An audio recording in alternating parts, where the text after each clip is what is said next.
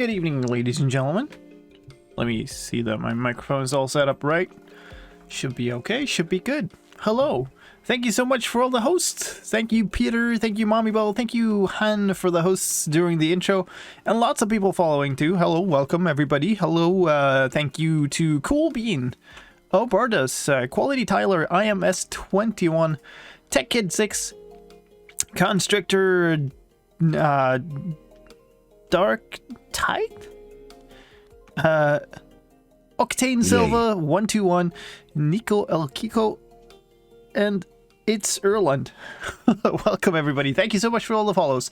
Hope you enjoy your stay. Yeah, it's time to make videos again. I never get away. So it's kind of movie time actually, because the start of my my process for making all of my update videos is to go through all of my old snapshot videos and just like categorize and catalog all the changes into one big list. Hey, thank you Oxygen for the host. I appreciate that. Hey Lander, welcome to the channel. So that's what we're gonna do. So to our help, we have these things. Hold on. Here's the first one.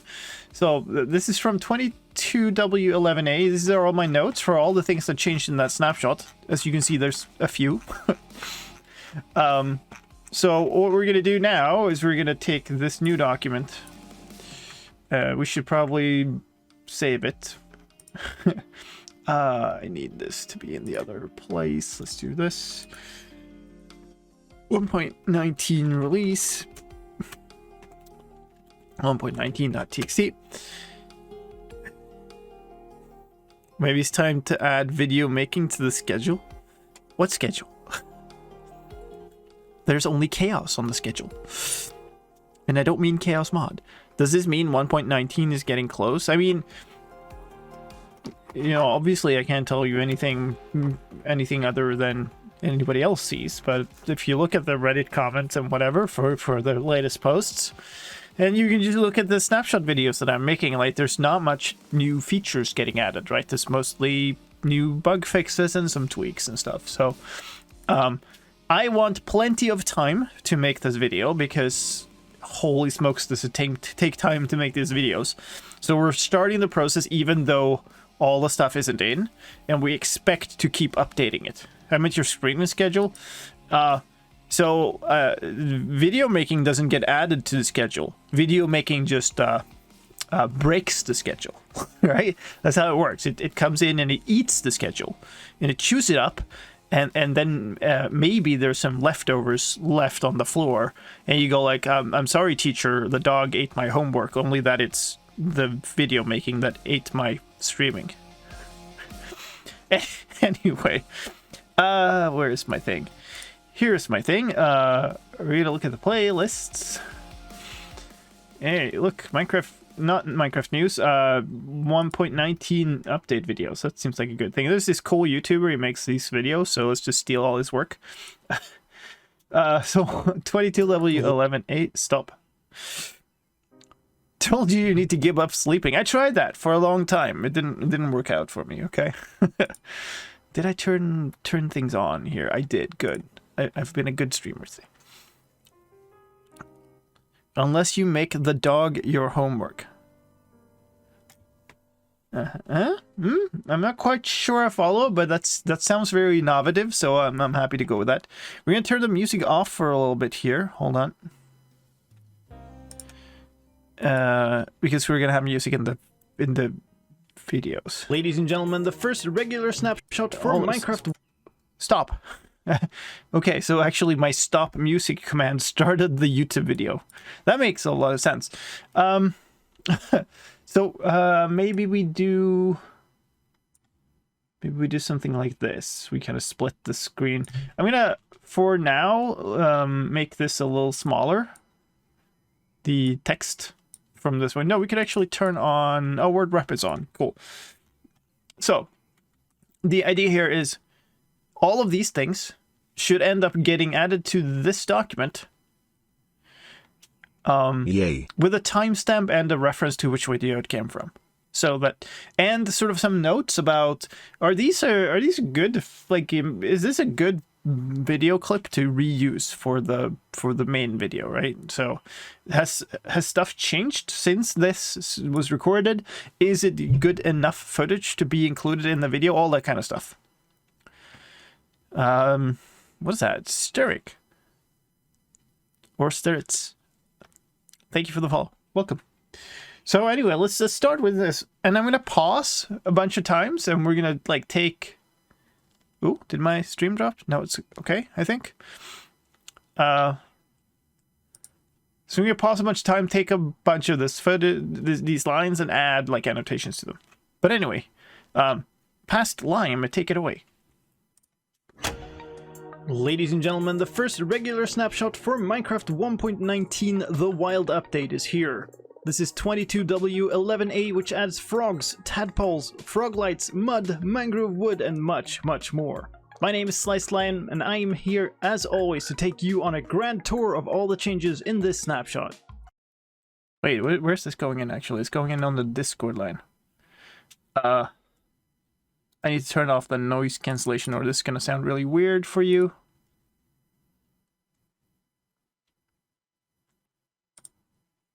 Okay, this should be better. Let's start with mobs. Yay. The frog is a new passive mob that spawns in swamps. They have 10 hit points of health, which is 5 hearts. Okay, let's just start by taking all this stuff. Is this video footage that I can reuse? Frogs are amphibious, which means they can both swim in the water and walk on land. They can also jump, and like jumping to lily pads and big drip leaf. That's kind of okay.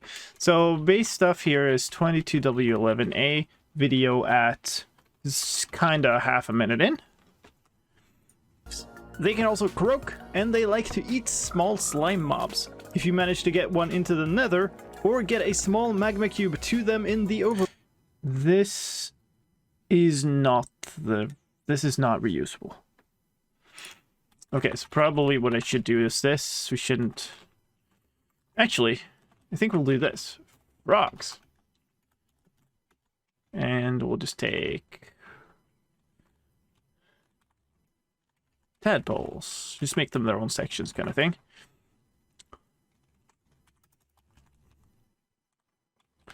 That swamp isn't... Oh yeah, it's not a generated swamp even. That could... yeah. This is okay. This... Well, I mean... They're just frogs in a regular swamp here, which I guess is slightly misleading. But not entirely.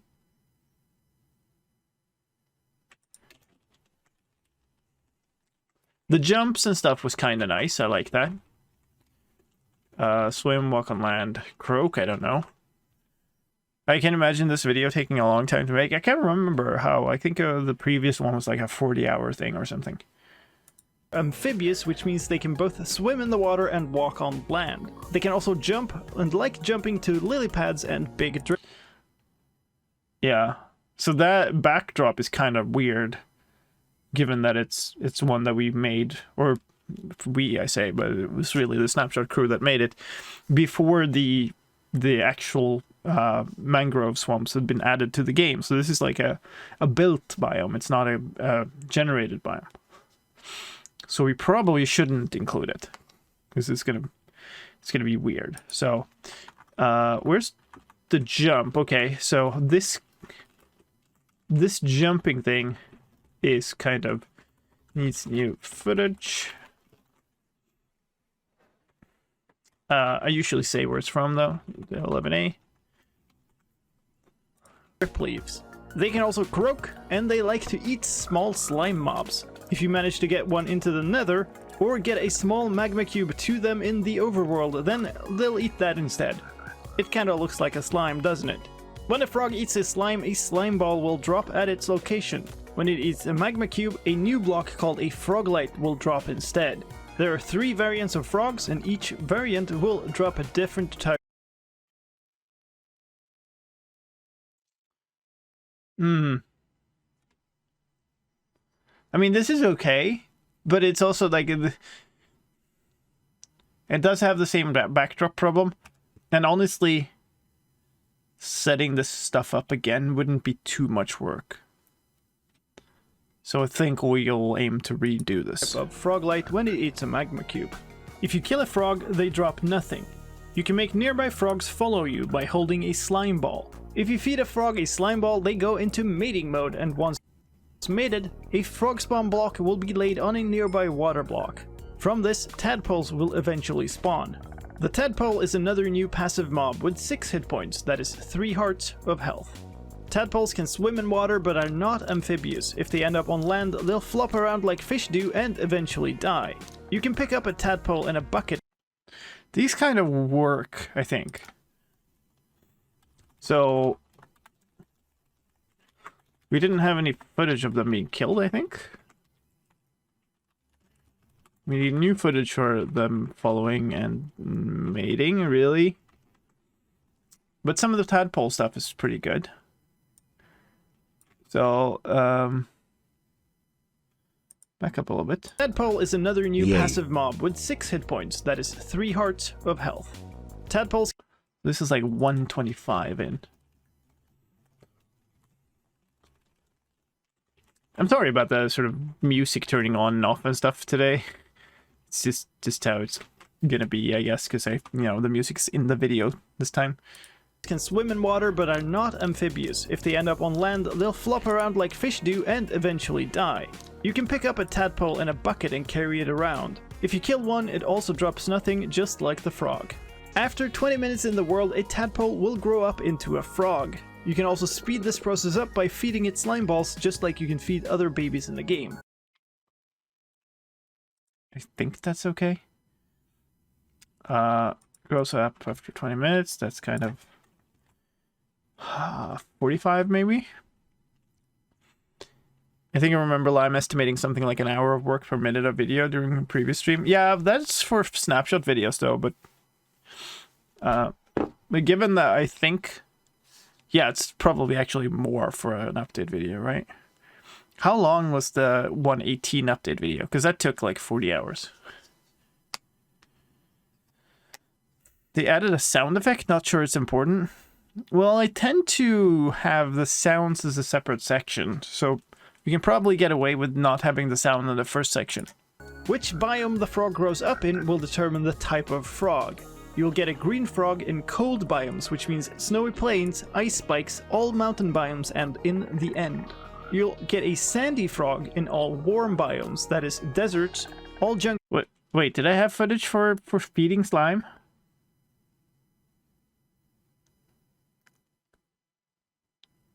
No, like feeding a tadpole slime. No. So, no footage.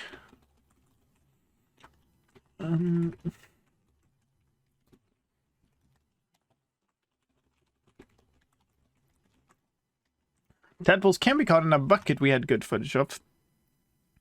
Those kind of here, 140.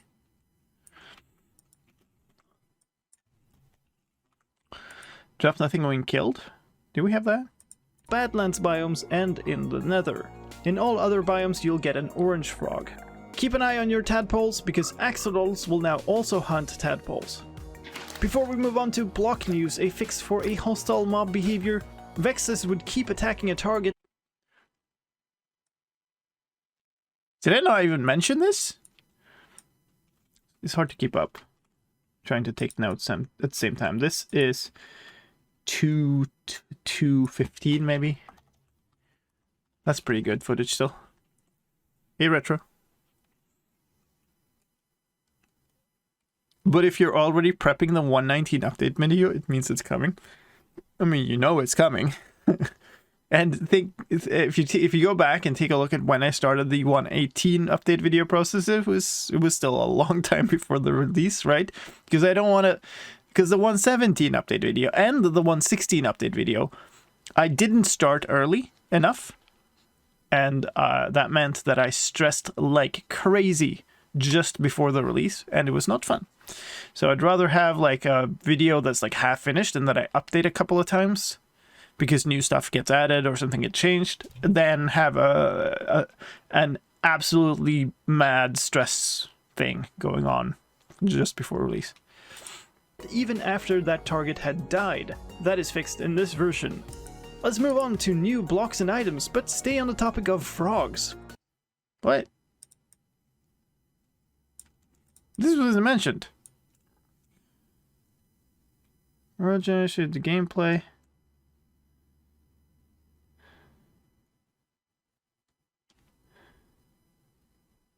Okay, so this is just not there. It's a bug fix, I guess, that doesn't matter that much. So this is not going to be complete. Like the other ones, they're not complete. Oh yeah, frog spawn blocks. Hey.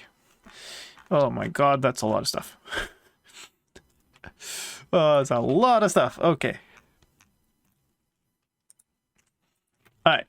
Blocks and items. Let's go. The frog spawn block gets placed on water when a frog breeds. This block can be broken but doesn't drop anything. You can only obtain it in creative mode. If you do have these blocks, you can only place them on water. Okay, cool. So frog spawn blocks. 22W11A at about 2, probably 35-ish.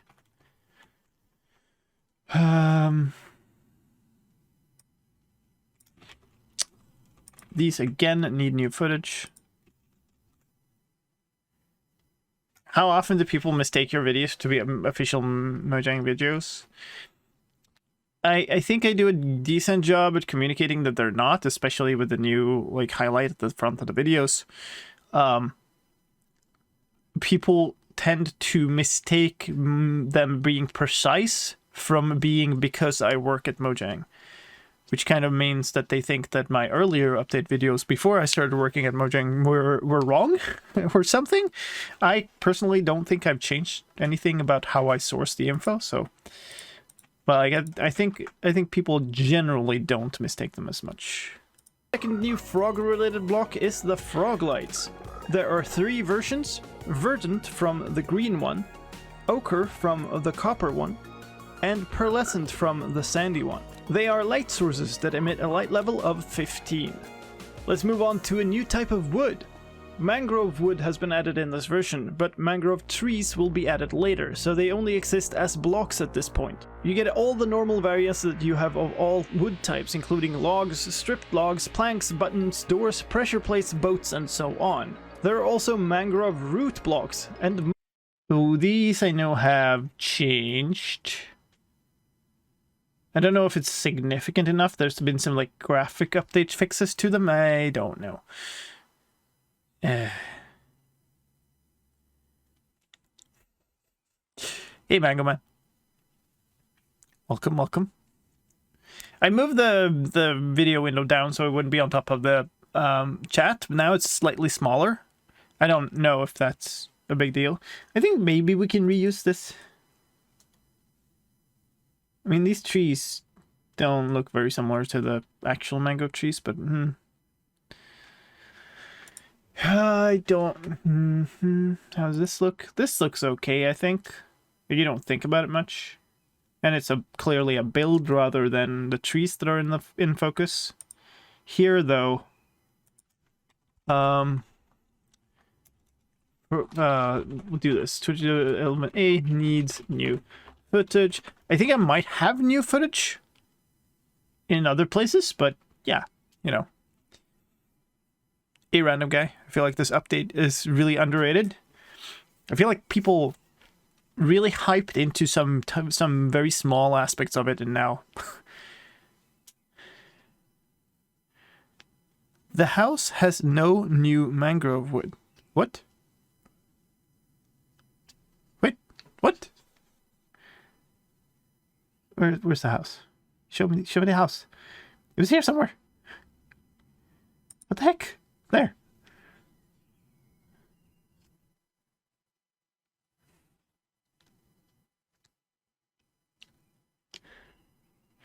Oh, no new mangrove swamp. Yeah, it only has this little like mud piece down here, which is fine.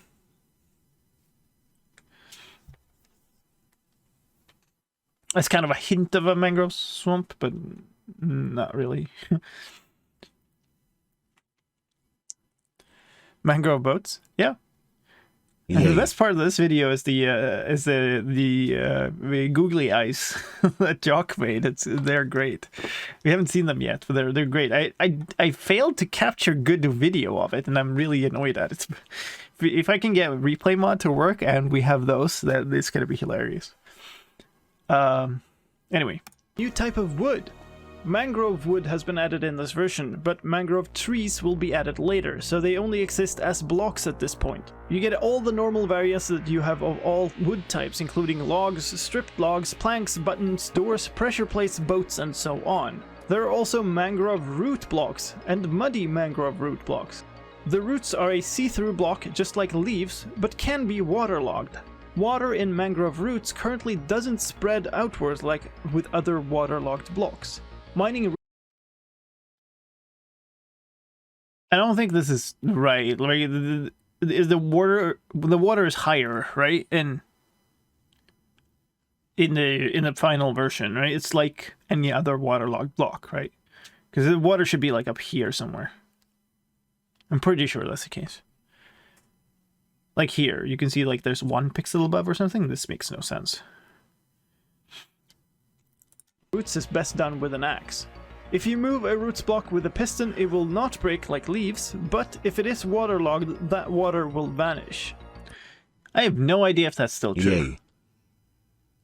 Yay. No idea. We should find out.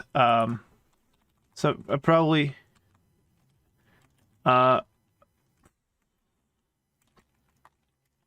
Muddy root shoveled. I don't have notes about this. That's really bad of me. Roots mined with an axe, muddy roots shoveled, and then okay, so we roots are waterloggable, waterloggable. Be moved by pistons, but use water logging.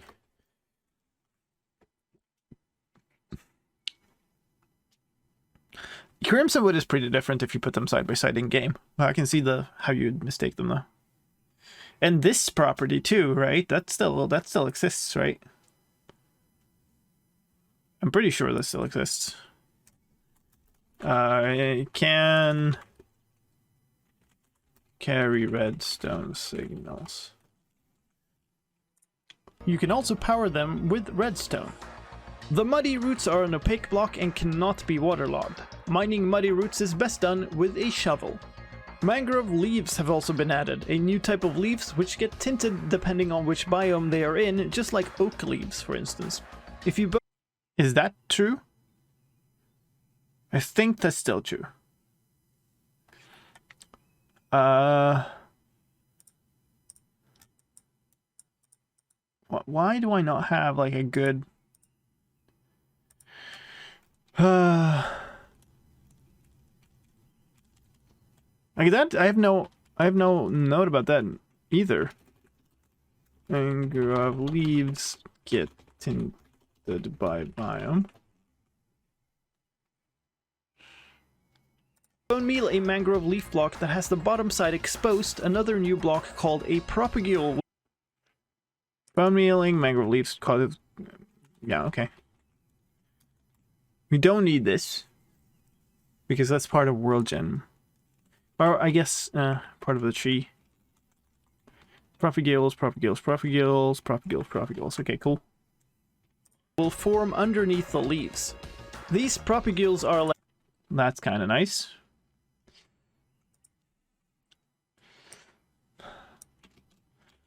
Can I use this footage? Starts like here. Leaves which get tinted depending on which biome That kind of isn't nice. they are in, just like oak leaves, for instance. If you bone meal a mangrove leaf block that has the bottom side exposed, another new. That works.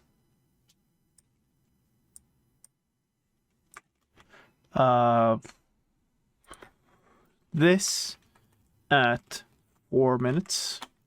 Not 44 minutes, oh god. Mangrove propagule is a sapling that grows. Yeah, okay, so we need this there. We'll just do this. A block called a propagule will form underneath the leaves.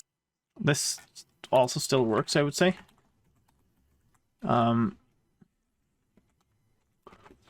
At 405. These propagules are like a flower and sapling for the mangrove trees. They grow through 4 stages, which can also be accelerated using bone meal. A fully grown propagule can be broken and planted like a sapling to grow into a tree. Since mangrove trees have not been added yet, for now they will grow into an oak tree instead. You can So obviously that can't be used. Samurai Soko, hello, welcome, good to see you. This changelog will be huge. Yes, absolutely. This works though. You can pot them. 25. You can break off a fully grown propagule and plant it like a sapling. This is all blah blah blah blah blah. I guess I will remove all of this stuff. Excuse me, biome. And just keep that. We don't have a reference for it, but we'll have that later when we had the tree. Remember to add the temporary oak trees in the final 119 video. Oh yes. Must not forget.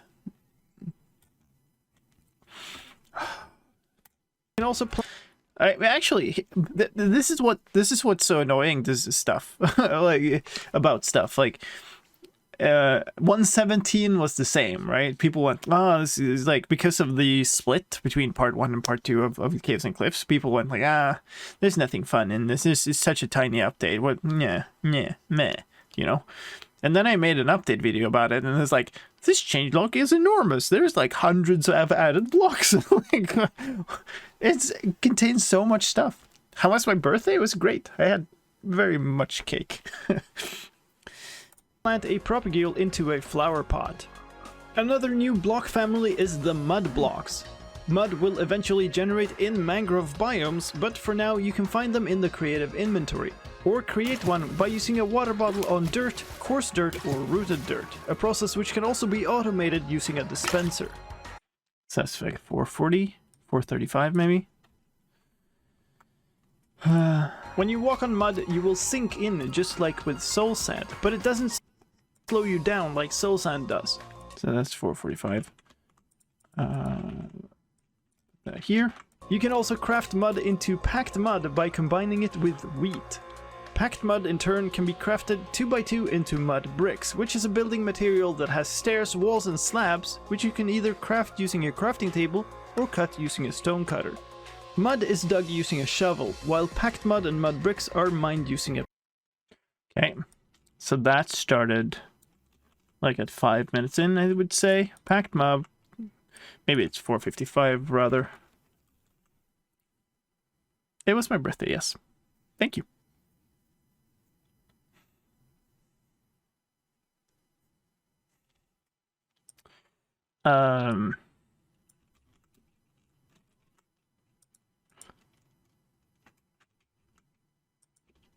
Mud bricks can be crafted into mud brick stairs, blah blah blah. I actually did not have footage of the shovel thing, which could be okay, but it's fine. And the man can now pick up mud. Pickaxe. Another interesting property of mud is that it is a new block that can be picked up and carried by Endermen. Yeah. 5:15. Cheer 100 Party Hat, happy belated birthday to you. Party Hat cheer 100. Party hat. Thank you, Daphne. Thank you for the wishes, and thank you for the bits. I appreciate that. Using piston on water-logged roots works the same. Works the same aspect, then I presume is what you're saying. Where did I have that? There's so much stuff in here already, and we're not even through the first snapshot video. Roots are water. We can remove but loose water logging. Okay, good. So all that still works.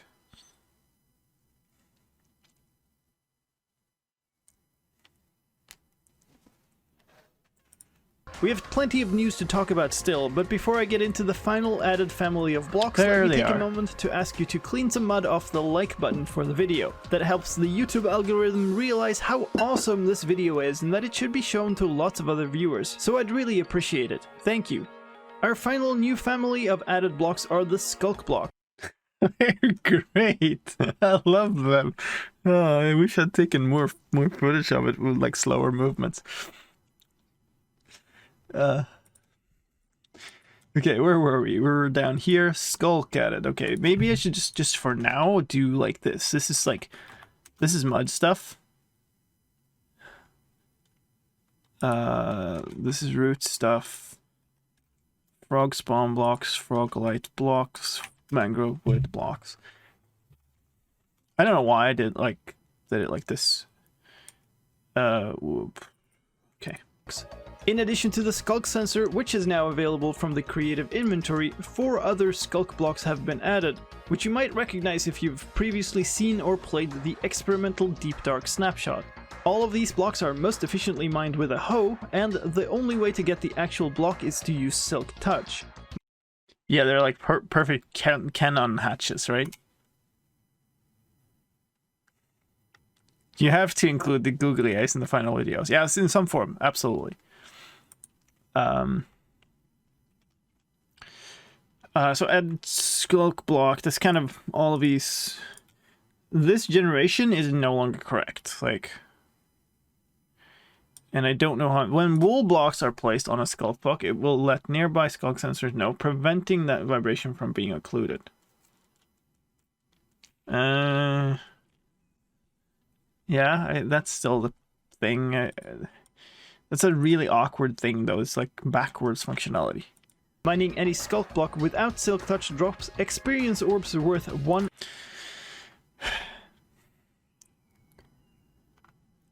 Okay.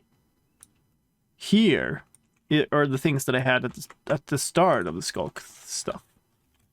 It's really weird. Okay. I don't think I want to... when wool blocks are placed on a skulk block, the wall does not prevent vibrations. Will you do the full voiceover once again? Yes, absolutely. If I tried to cut this together out of previous voice clips, it would never work. We might be able to reuse some small pieces, but not much. XP per block. The first of the new blocks is simply called a skulk block. What was that? Only way to get the actual block is to use Silk Touch. Mining any skulk block without Silk Touch drops experience orbs worth 1 XP per block. Okay, that's important. They drop experience when mined. 1 XP per block. Did you recently start to stream all your video creating now? Not really. I streamed a bunch of the video creation for the 118 snapshot video, and I've streamed some snapshot videos. I've streamed much more behind the scenes than I used to, though, at least. Mostly because, like, when I go into these snapshots or these update video production periods, it eats all my streaming time otherwise. The first of the new blocks is simply called a skulk block. A special property of skulk is that even if you place a wool block on top of it, the wool block will not occlude vibrations. The next few blocks... Wait. So, okay, I actually had it in the right place.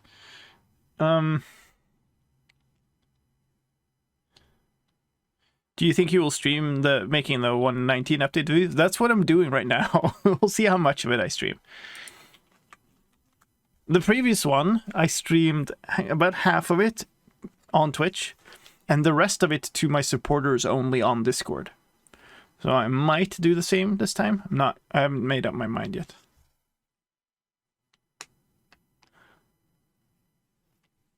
is a skulk vein. They are a thin layer on top of another block just like glow lichen and can be placed in any orientation.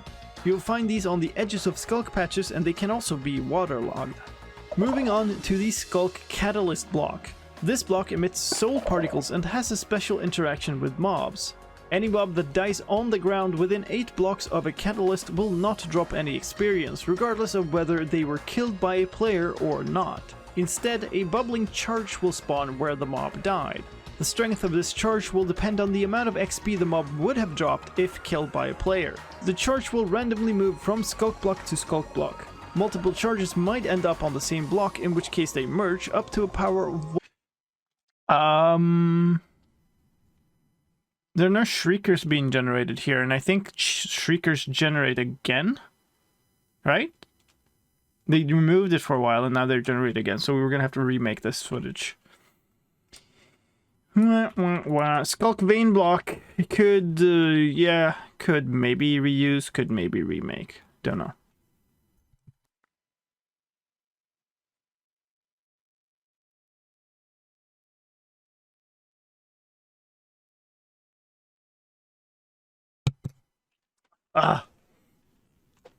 Had these thing where like your nose says I'm gonna sneeze any moment now, and then just doesn't. Let's see. Skulk shrieker block. That wasn't that's that functionality. It wasn't there yet. Let's move this down. Skulk catalyst block. To here. Yay. Needs new footage. I mean, I could reuse this. It would just be a really, really weird random distribution for this. Let's follow up on some stuff. Simon SkyXLR, random guy ZGlib, and Cosmo. Thank you for the follow. Sorry for not being quick on those. What's the maximum spreading area? There's not a hard limit, but there's a soft limit, and it's in this. It's like here somewhere. Or maybe it isn't. 1000 XP per charge. If a charge encounters a suitable block, it will spread Skulk to that block. The suitable blocks are most naturally generating stone, sand, dirt, and soil-like blocks from all 3 dimensions. Every block converted will reduce the charge level by 1. The charge also decreases over time, faster the further away from the Skulk catalyst it moves. If a charge... Alright, there. First, faster the further away it is, right? decays more than 4 blocks away from the catalyst, it has a chance of using up 10 XP to grow a new Skulk sensor. When a charge decays further away than 24 blocks, it will vanish entirely. There you go. Is that in here? I don't think so. 24? No. Yeah,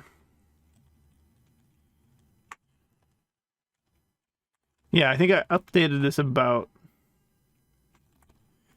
Well, it became much slower than the close vicinity of the catalyst, much faster. Okay. When a charge decays more than 24 blocks away from the catalyst, it will vanish entirely. Hey Dave, how's it going? I am indeed getting a head start. Trying my very best to not end up in a situation where I have to work like 40 hours in a single weekend or something. Finally, we have Skulk Shriekers, which were used to summon the Warden in the experimental Deep Dark snapshot, but since the Warden is not in the snapshot yet, it doesn't have its functionality. Let's talk about a few changes for creative mode specifically. Like I mentioned before, the Skulk sensor is now available. Okay, so hold on. 22.11a no needs new footage. So this yeah, that doesn't really matter.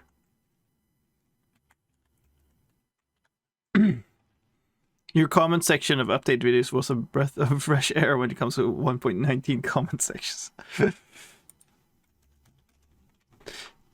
think people in general are pretty reasonable.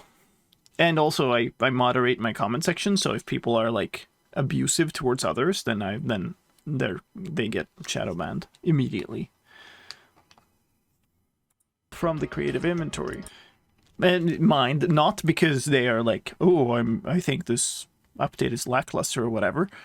but because they're like yelling at other users and calling them names. The comment section on 1.19 community posts on YouTube was painful, though. It was great for interactions, though. The algorithm must have thought that it was the best post ever. It was probably a bad typing on that one, I guess.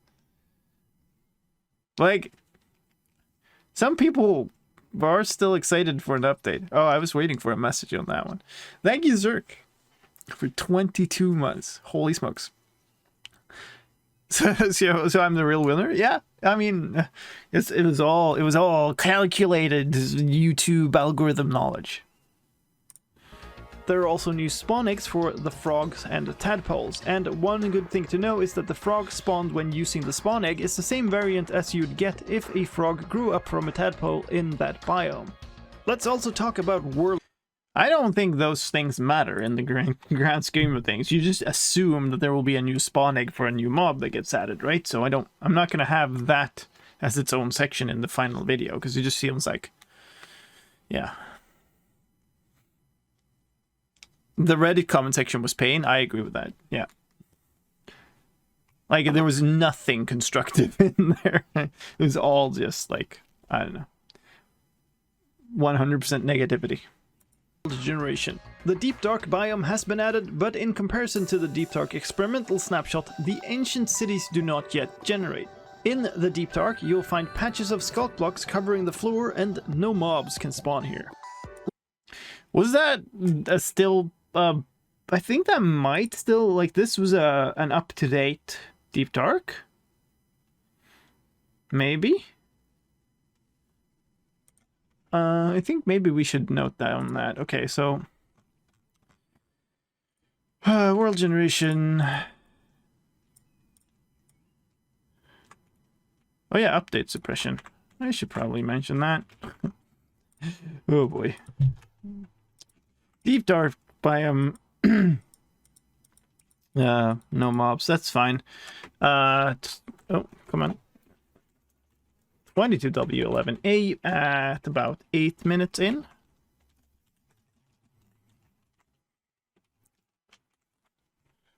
I mean, this doesn't really have footage, but like, what? How can you even show something not happening? Right. In the Deep Dark, you'll find patches of sculpt blocks covering the floor, and no mobs can spawn here. Let's move on to a few gameplay changes in this version. Scaffolding is now less of an OP fuel for furnaces, burning equally as long as a bamboo does. Ooh, actually want that too. This is like a bug fix in it. Where's that? It's not here. Have it somewhere else? Hello? It's not even... I must have failed to update this, or was it? No. I must have failed to update this list when I was adding stuff during the, during working on this snapshot video, which is now a little bit of a problem, but that's okay. We'll just, scaffolding no longer burns unreasonably long in a furnace. 22W11A at 8:25. Yay. I hope you keep all the segues to like the video. I'm not going to do all of them, no, because that would be like a 2-minute segment of just me asking people to like the video. Urakar, thank you for the follow. Welcome. Hello. Made for an exploit that allowed you to prevent the game from fully executing block updates, sometimes allowing for blocks in invalid states, so-called update suppression, and at other times would crash the game. That no longer works the same way in this update. A few bugs have also been fixed that could cause block desync when crawling or when repeatedly picking up liquids, causing a block to blink in and out of existence or look like it was in a certain place when it really wasn't.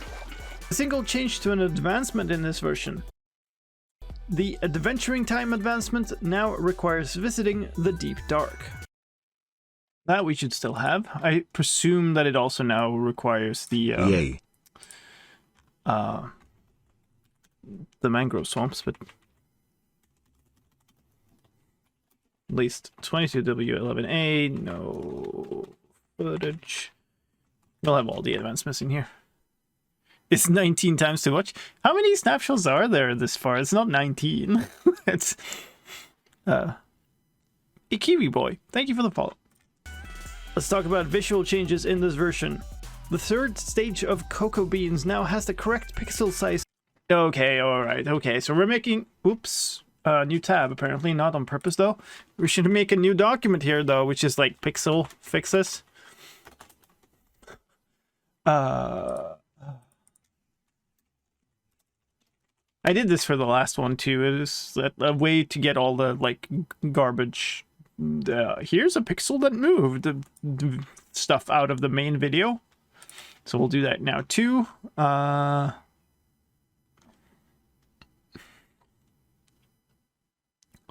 would be all of these things, I presume, but I'm not seeing this. Oh yeah, CocoaPod. 11A at 9:10-ish. Hello? I'm sorry, why are you like entirely, why did we lose sound? Oh, I hit some key combo to mute the tab? Okay. Wow. Fixing update suppression is sad. People did so cool things with it. Yeah, but like, it literally just broke the game, right? People do cool things with creative mode too, but like if you had a bug that made you like be able to enter creative mode and from survival, that's still a bug, right? The third stage of cocoa beans now has the correct pixel size on its side texture. The tops of doors would flip in an unnatural way when they opened in certain directions. 15.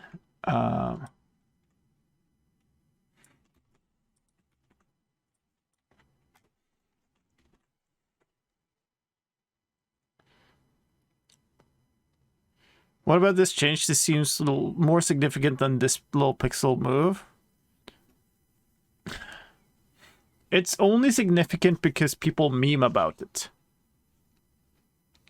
Right? How often do you go up and smash your face up against a certain stage of a cocoa bean and go, oh, this pixel grid doesn't really line up? Like, it's only one of those, like, oh, can't unsee kind of thing. But it's not really an important change. That is fixed in this version. The arms of a brewing stand would pop out slightly when it held potions, and it didn't connect all the way down to the base. Both those problems are fixed in this version. 920.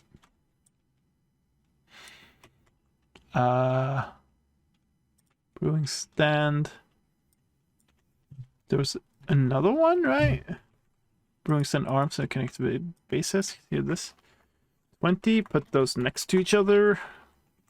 There. For some, the game has been made playable for the first time ever. Because of the cocoa bean thing. I mean, sure. Finally, game-breaking bug fixed. Shields in item forms were offset to one side, so they now properly spin around their own center axis and show up in the right place in item frames and in other places. And 930.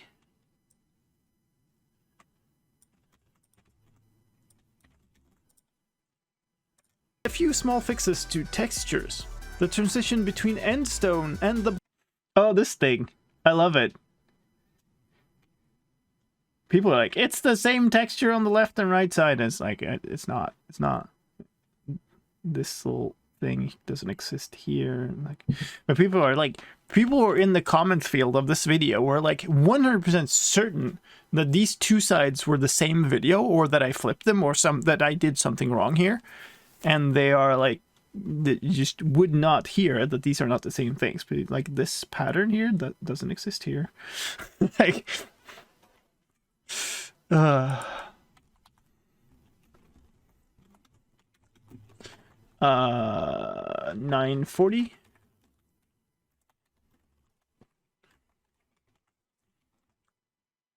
bottom part of the end portal frame texture has been smoothed out. If you People look too high. I did, yeah. I think if when I make this video, I'm gonna do like a big helpful red circle kind of thing. portal frame texture has been smoothed out. A few pixels that differed between the side texture of mycelium and other dirt blocks have been fixed, and a 50. corner in the bottom texture of the smoker has been turned the right way around. Probably helpful red circle there too. Actually, it might just like add helpful red circle. 955 full red circle. Would you include these changes? These are going to be in a separate video. That's, yes, I don't want to bloat the video, but people like these changes for some reason. Like, I don't care much, but people live and die by that cocoa bean thing. So, you know, so I'm gonna make a pixel fix this video, and that will be a separate thing. Let's talk about the user interface changes. The out-of-memory error screen can now be translated. The Minecraft application icon on Mac OS now shows the Minecraft icon again instead of the Java executable one. That should probably be in, because that's kind of a significant change to people. On Mac, user interface. 22W11A, no footage. You'll now get a short screen showing the message preparing for world creation before the create new world screen shows up. And there are new splash text in this version. Shriek like a skulk shrieker. 1020. 1020. Oh, do I remake all of this because it's the snapshot name down here? Maybe. Snapshot version number shown. Remake? Question mark. I would probably watch the video because I'm a nerd. Well, I mean, as long as the content on screen is engaging and ever changing, then I think it's good enough. Like, yeah, not everybody's gonna search for that content, but still, like, you know, I can make an interesting video out of it. I'm certain of that. Who let the frogs out? Ribbit. Croak team. No. Flower Forest, TM, perfume. Wait, you didn't mention the version with this? Good point, thank you. That's actually really valuable, thank you. Because, like, also wrong panorama. Oh, good point. Yeah, good point. That sucks. Needs new footage.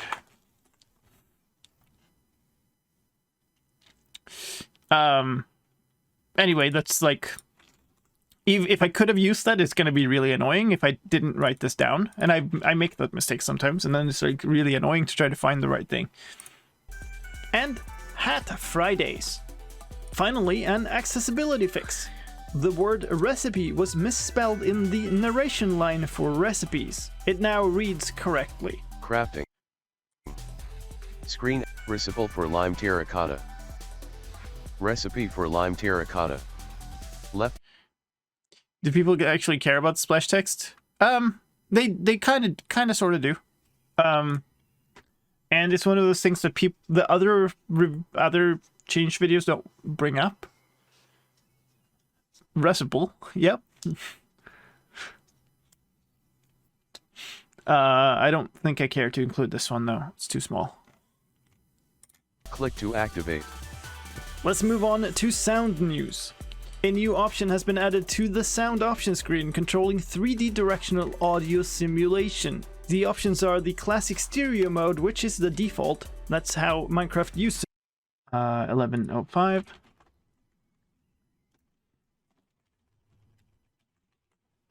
Looks like this. The sound. The new alternative is HRTF directional audio, which has an improved model for making it easier to distinguish which direction a sound comes from, including if it's above or below you. This works best when using headphones and can work poorly on some systems, so try it out to see how it works for you. There are also many new sounds in this version. Let's start with block sounds. There are new sounds for breaking and placing frog lights. 35. Lights. And for stepping on them. Sounds for An accessibility category could be useful, I think. Yeah, but even like in categories like that, I don't usually include too small things, and like that's literally a typo fix. Literally a single switch of a letter, right? That's not a thing I would normally include in like the user interface part or something, so I shouldn't include it as a tiny fix in the accessibility part either. I think I have accessibility changes, and I usually do include them if they're, significant. for breaking and placing frog spawn. For them hatching. And for stepping on them, although that is very hard to trigger since you can't walk on water.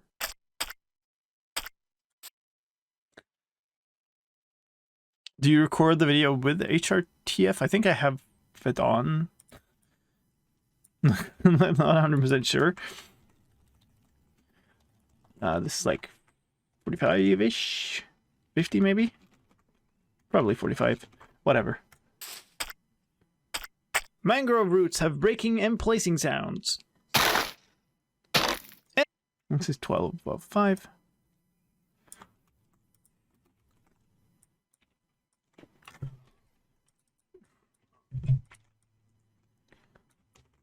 And sounds for walking on them. Muddy mangrove roots have breaking and placing sounds. And sounds. This is potentially a section that we could actually take the entire thing of, though. Sounds for stepping on them. Sounds for placing and breaking mud. And for walking on it. Placing and breaking packed mud.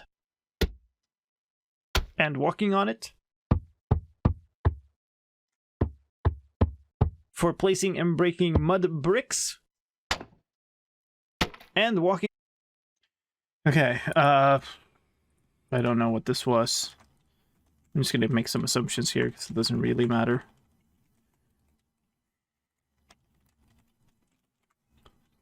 On them. There are sounds for skunk blocks, for placing and breaking them. And walking on it. Sounds for skulk catalysts, breaking and placing them. Stepping on them.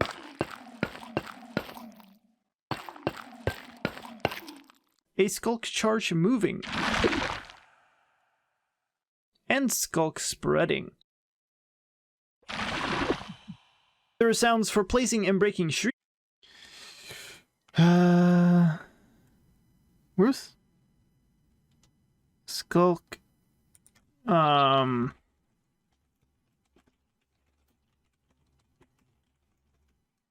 Moving and spreading. This was in here somewhere. That's like 45. This was kind of, what did you do? 11, 8, 13, 10 maybe. By the way, the catalyst plus skulk block top texture is mirrored. Oh yeah. I didn't know that. Who's that? Rose. Coming in with 6 friends. Hello. Not only mirrored. Yeah, I don't know. It's like mirrored and like a little bit brighter. Still clearly made. Yeah, whatever. Like, you only see them when they're next to each other like this. Anyway, hello, welcome. Thank you for the raid. Hope you had a fantastic stream today. We're in the movie watching mode here, and I'm pausing more than everybody would like, probably. Yay. But what we're doing is gathering up all the changes from Minecraft 1.19 from my snapshot videos, so that I get one big, huge, actually, list of all the changes, so that I can start making one big video for the full update. Even though, you know, it's not done yet, but whatever. And thank you, folks, for the follows. I presume you came in with that rate. Semicolon dash semicolon. Well, thank you for the follow. And Felix Goo 90. Thank you for the follow as well. Raid, hello. Let's continue. Speakers. That's 1325 or 1320. So what I'm doing here, for those who just came in, is I'm making references to where I can find all this footage, so I could potentially like reuse that footage for another video here. Vicky, thank you for the follow. Welcome. And for the shriek, although that cannot be triggered in survival at this point. Wait. This is for the shrieker. That should be here. And then the shriek is no footage. Or like needs new footage. But where I missed this one. It was like after this, so I'm gonna guess that it was 15. And move on with my life. And there are sounds for breaking skulk veins. And that needs new footage too, because I had the message from playing the old thing on screen. So, but let's include this, I guess. Frogs also have plenty of new sounds for eating. A croak sound while... I mean, that... There's a bug in that has been fixed since. The frog, like... Not the frog, the slime... And the slime ball was like sliding in a way that it doesn't do anymore, but what an ugly sound in a good way. Yeah, I mean, there's plenty of these sounds that are like, yeah, what, idling. Walking sounds. A sound for laying spawn. For jumping. Hurting. And dying. There's also a tongue sound. So all of those were pretty good, I think, except the eating sound. So 22W11A, at around like 1445, maybe. Wait, we're 14 now? No, 1345. It's new footage. 22W11A. I think we need a new emote, a cocoa bean with a pitchfork. I think that reference might age quickly. Sound, which is currently not used in a game. Tadpole sounds. They have sounds for hurting and dying. There's also a sound event for emptying. That was about 1405.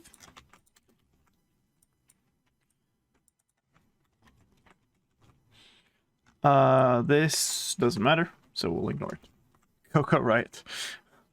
A bucket of tadpole, but the sound itself is currently missing. Finally, there are news for stability and performance. A crash has been fixed that would happen if you tried to exit a world while the game profiling was active. And a new field has been added to the F3 menu. If your graphics driver supports GPU timer queries, you will now see the GPU utilization percentage. Before we end, is that kind of a tech video thing? More than it is a... Should I include that? Or maybe that's it. Maybe that's interesting. Maybe we'll do a stability and performance And just include that, and that's a 22W11A at about 1430. Will the percentage ever go over 20%? Oh, it presumes that depends on what your GPU and your CPU is. If you're on like a shoddy laptop with like some Intel integrated GPU, then definitely. I just joined 22W11A. This is the first snapshot. So we're going through all the snapshots and we're taking all the changes from them and getting them all categorized into a single big list of changes. And we're just gone through the very first one. And only the non-text things. And might leave the tech things for later though. Mine is on 90% all the time. Haha. But then I'm guessing you're on a laptop. Is that true? Big known issue in this version. You don't get a dragon to fight when you enter the end. That's it for this snapshot. Okay, so that was it for that. We don't need to care about the rest of this, and so I think we're done with 11A. So I'm going to close that. We're going to open 12A, because I'm not going to do the tech stuff up front, I don't think, because it is more important to do the gameplay ones first. Wait, didn't I have that open? Okay, Ladies and hold up. So is there there we are. Okay, no, that's the tech video. There we go.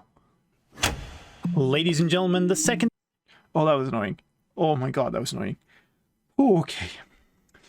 It's such a tiny detail, but I've apparently rendered this video with the intro click slightly to the left in panning. Whatever, it doesn't matter. Snapshot for Minecraft 1.19 is out. This is 22W12A with the Warden, chest boats, waterloggable leaves, and many other changes. My name is slicedlime, and I'm here as always to show you all the changes in this version. Let's go, starting with block and item changes. All types of leaves are now... Okay,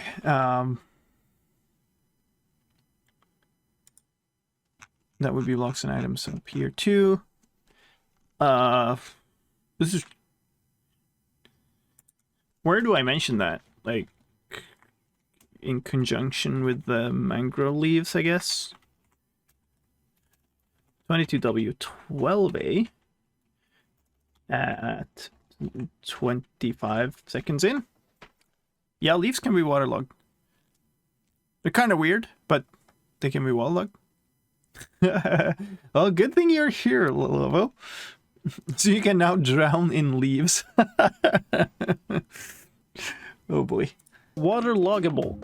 Just like the mangrove roots introduced in the previous snapshot, a waterlogged leaf block is considered to have all sides solid, which means it keeps its water inside rather than having it flow out. The Skulk Shrieker now also... Okay. That's mostly correct, still. I think the water level inside the block is maybe off, but whatever. Can you swim in leaves? No, not really. But if you, if you get your head inside a leaf by being pushed inside or, like, teleporting inside somehow, you don't suffocate, right? Because it's transparent. But if it has water, then you would drown. Even though you're kind of... Yeah. Where do I want to go? Not 19, eh? Let's do this. So Skulk Shrieker, Darkness Effect. Darkness Effect, I guess that kind of belongs there. New effect item. It is now required for how did we get here. I don't know where to put that. That's kind of a gameplay thing. But also it belongs to the block, so should it be connected to the block? Or should it be connected to the warden? Or, like, what? Skulk stuff. Skulk Shrieker.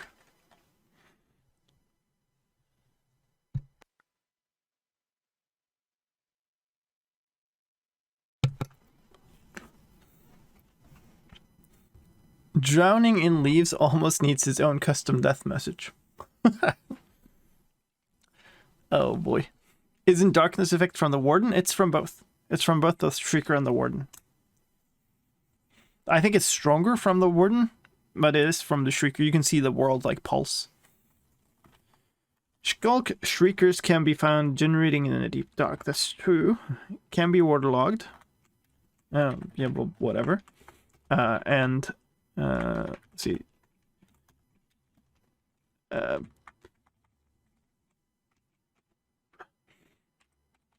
That's not really what I wanted to do. Sends out a call when activated nearby skulk sensor. Stealth sends out a call when activated by nearby skulk sensor or stepped on. Okay, good.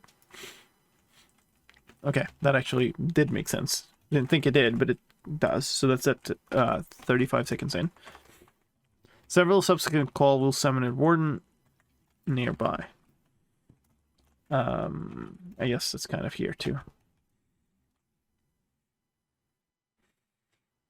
I thought the Warden was making the darkness when the Shrieking call first. I mean, lore-wise, who knows?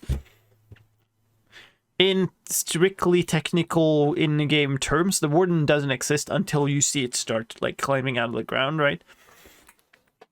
Everything that happens up until that point is the block doing things.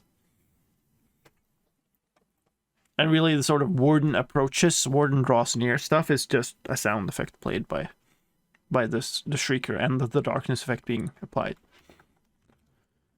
This really is gameplay, though. Like, oh, we have that here too. Let's do that. And do that. This is just garbage. Shouldn't be in a changelog because it's not a change.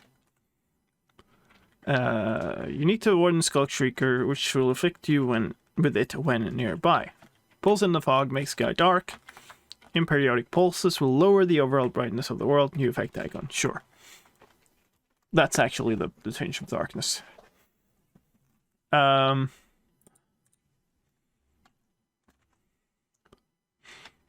Place new darkness effect.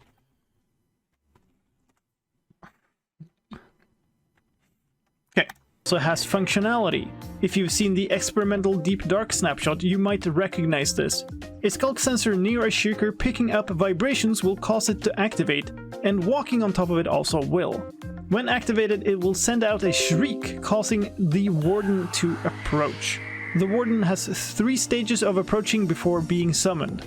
This also introduces a new effect called Darkness. Darkness pulls in the view distance and makes the sky go dark. It also pulses a visual effect causing the gamma to be reduced by default to a level as if the game was set to moody lighting. Supposed Since to be darkness studying for an exam tomorrow, but haven't started today, lol. Boot. Hi, Zala. Thank you so much. 35 months. Holy smokes. Almost 3 years. Thank you so much. Now go study. It's a regular status effect. It has its own icon and can be neutralized by drinking milk. At the moment, the darkness effect is not required for the How Did We Get Here advancement. Note that one difference to the experimental deep dark snapshot is that Skulk Shriekers cannot be obtained. Even mining them with Silk Touch does not make them drop. That is no longer true, so we can skip that. Once the Shrieker has been triggered enough, the Warden will spawn. The Warden is a new boss-like mob with 500 health. Okay, so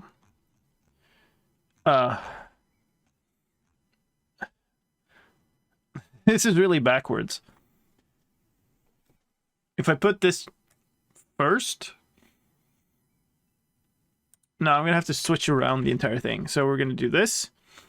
I'm gonna change hostile mobs here to be Warden, and we're gonna take the entire blocks and item section, and we're gonna move it to first, I think.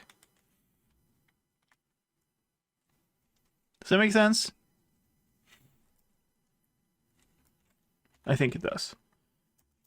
So we'll do this, all of the talk about the blocks and items first, and then Applies Darkness Vex, and then several subsequent calls will summon a Warden, and then we'll talk about the Warden. Like here. And now that means that the biome, the world generation, is going to happen much later. But maybe that's okay. So, yeah, all of this stuff. Warden. I mean, this thing still kind of carries, but we don't really have... there's no footage about this, right? Or? Which means 250 hearts. It spawns by climbing out of the ground and then uses vibrations and smell. I really should make like a 250 heart thing on screen just to show how much hearts that is, because that's a lot of hearts. I think the climbing animation is pretty intact still, so that would be 140 ish to detect targets. Bumping into it will also make it aware of your presence. The more vibrations it detects, the angrier it will get, which you can see and hear by the heartbeat of souls visible in its chest. Once it is sufficiently angry at a target, it will turn to face it and roar before charging to attack. The Warden deals a lot of damage if it hits. 30 base attack damage, which means 15 hearts before armor reduction. This is enough to kill you in one hit, even in full unenchanted netherite armor on hard difficulty. A Warden attack also disables shields when they hit, just like an attack from a Vindicator. If you do manage to kill the Warden, it drops no loot. That's not true, but the combat footage is still pretty good, I think. So maybe we'll just like...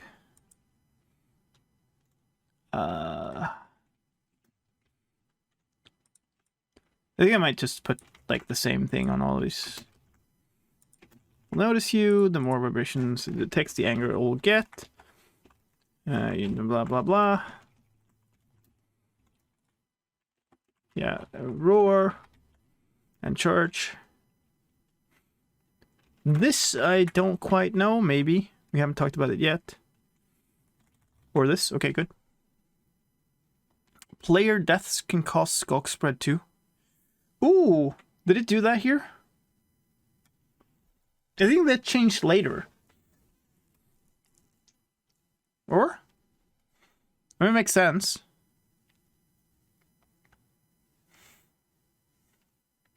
I think it changed later.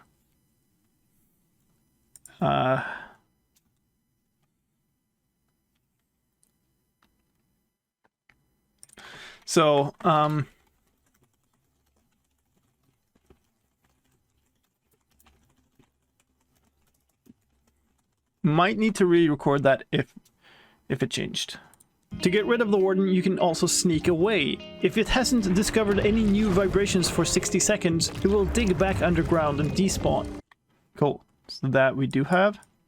I remember we spent like half an hour trying to get that footage because it would just refuse to go away, and then when it finally did, it was in the tightest little corridor, so we couldn't use the footage. So that's it, 230.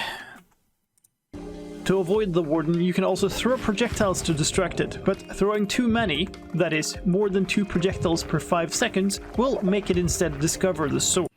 This is from the experimental snapshot initially, I think, so we should really redo that footage.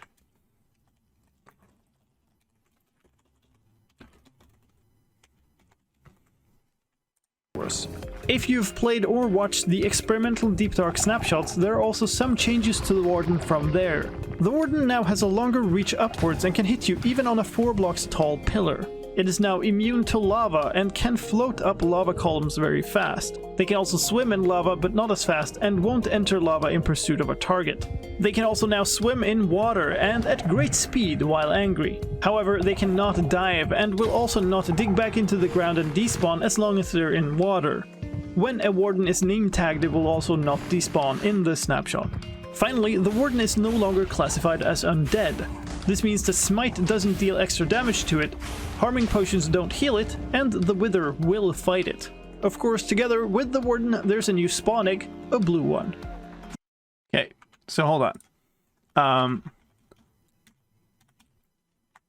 Here we should have this, but we don't have footage about it doing that, okay? And they drop no loot, it's no longer the case.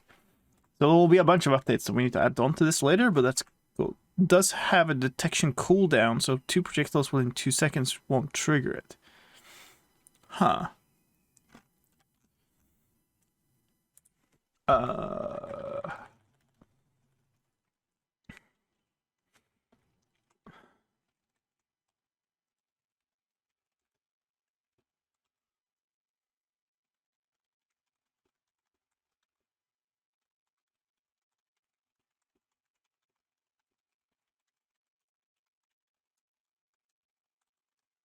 That's good stuff to include.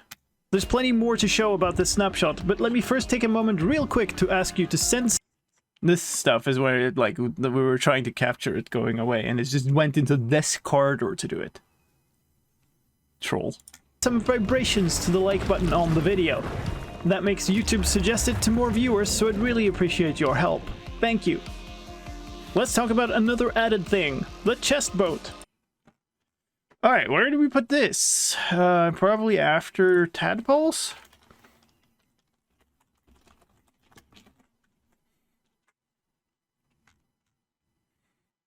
Boats.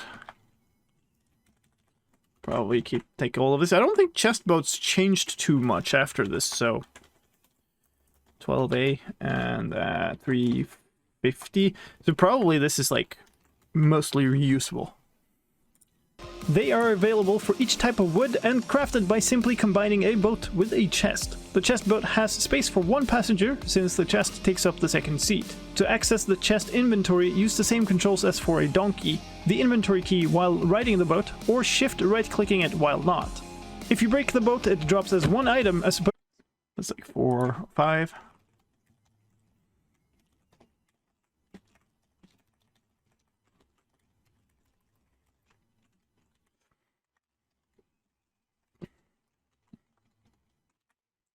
The boat itself drops as a chest and a boat item. That's 410. To chest minecarts that break apart. Any items inside it will also drop, although this currently doesn't happen in creative mode. In other aspects, this chest boat works exactly like a chest minecart. Nice. That's a good one. Also works with hoppers and all those things. That's 20.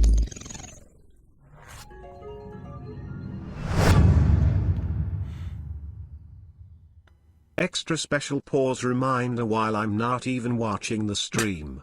Tongue. Oh, thank you, Fabian, if you're hearing this. I don't even know. 26 months of Prime. and extra special pause reminder. Let's finish at least this video before we take a break. Just tested and player deaths do still cause skulk spread. Perfect. Then we can skulk spread. There. Then we can remove this. We don't care. Good. Perfect. Nice. Which means we can reuse that footage. That's why it's perfect. And nice. Card. It can interact with hoppers, droppers, or even hopper minecarts, and breaking one will make any nearby piglins angry. Let's talk about a few... Well, I guess I do have footage for that. It's kind of... It's kind of janky, but whatever. It's at 425, I suppose. There was one change for chest boats that you can just click it without sneaking and it will open the chest if there is another... Yeah, if it does have a... If you can't enter the boat, it will then open the chest instead. But honestly, it doesn't really matter. It's a detail here, and it's not... we're not showing that the opposite happens. So let's see, who have I missed following, because it's a few people. Ashuto XH, Kinder Camo, and Jigsaw Demon. Thank you for the falls. Jigsaw Demon. Hey, Tumbleweed. quick fixes for passive mobs. Foxes would walk towards the origin of the world whenever there was a thunderstorm. That bug is fixed in this version.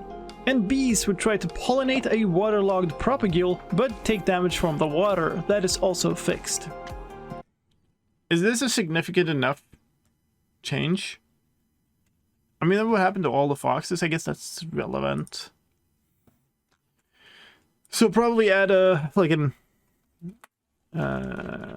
mobs. Maybe like after, yeah, maybe after advancements it's nice. So that is 22W12A at 4, please, 40. Hey, thank you for the host too. Appreciate it.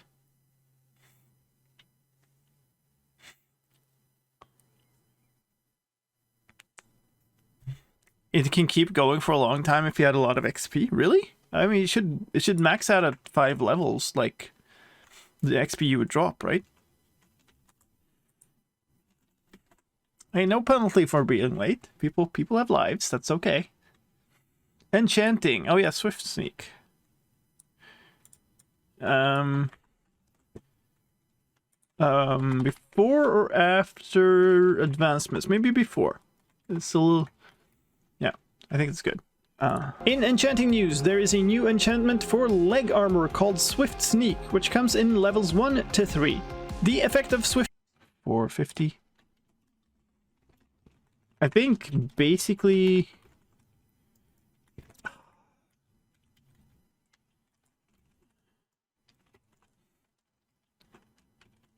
oh yeah, this is hilarious actually, this footage. Stacks with Death Strider, Soul Speed, Swiftness, and Dolphin's Grace. Sneak is exactly what it sounds like. The movement speed penalty for sneaking is reduced by 25% per level. If you're familiar with this from the Deep Dark experimental snapshot, note that the enchantment has moved from boots to leggings. This also means that it is no longer exclusive with other enchants that increase movement speed, so you can now stack it with Depth Strider and Soul Speed, as well as Swiftness potions and Dolphin's Grace. This enchantment was only found in the Ancient City treasure chests in the experimental snapshot, and since Ancient Cities aren't in the... So that was at like 5. 10 maybe? It's just like... swoosh! The snapshot, there is no way to obtain this enchantment in survival yet. Let's move on to gameplay changes. In the previous snapshot, the update order for powered rails and activated rails changed. That has now been switched back in this snapshot.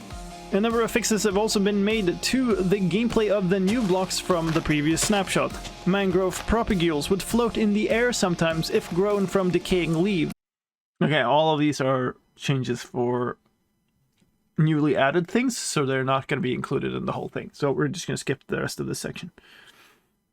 Brick blocks. In world generation changes, the deep dark biome is now less flooded than surrounding caves, which means aquifers will not generate there as much. The dragon fight now properly generates in the air. That change didn't work kind of there, but I think it still is the case. Like, so it's worth at least mentioning under the biome that it is drier than the rest of the world.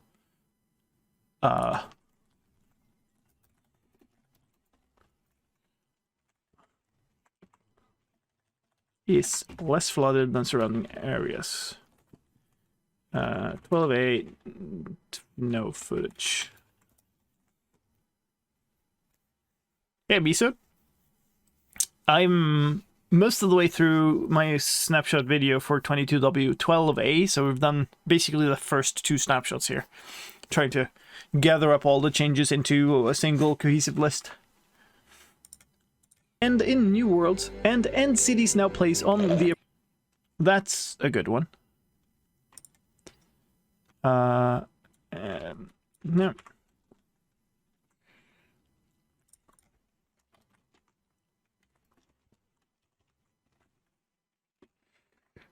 Uh, 620. I like this just because it's such a silly, silly thing. Appropriate height. There's a new option in this version. Under accessibility options, you can find a new slider called Darkness Pulsing. It is a percentage controlling how much of the pulsing effect you'll see when afflicted by the darkness effect. The debug key combination for cycling the render distance has been removed. This can now only be changed from inside the option screen. In other After user interface stuff, maybe? 22W 12A at 635, kind of. This. No footage. user interface news. A number of fixes have been made to bugs causing key combinations with the control key to not work while editing text in books or on signs, including for selecting entire words or skipping to the end or beginning of a line. The mangrove fence and fence gate are now in the... Okay, I don't care. This is the same. This everything else is about mangrove stuff. So, yeah, I don't think I care about this. Let's go to the visual stuff.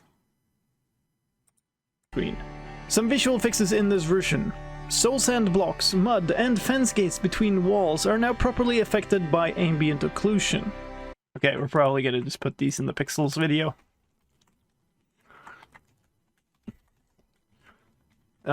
This is 22W12A at 715.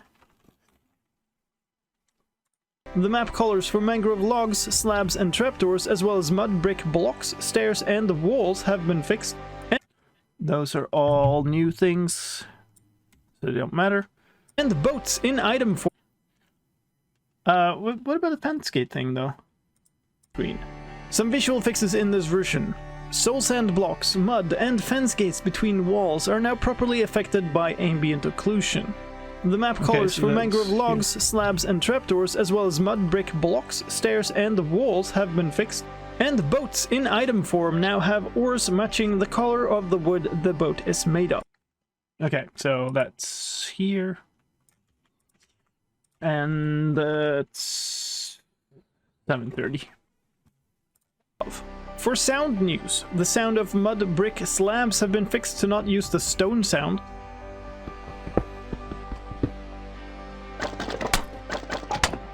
The volumes of several of the sounds for the new blocks have been adjusted to match other sounds in the game, and the subtitle of Tadpoles Hatching now says Tadpole Hatches instead of Frog Hatches. There are also new sounds for a warden approaching as a response to a skulk shrieker calling. These come in 3 forms: close, closer,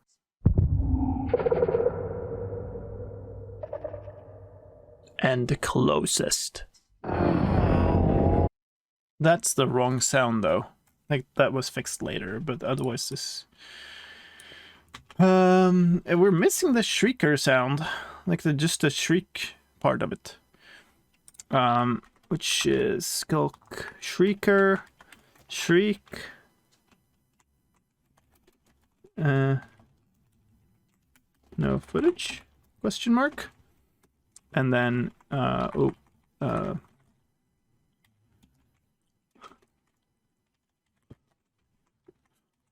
god, stop. Let's move these out to here.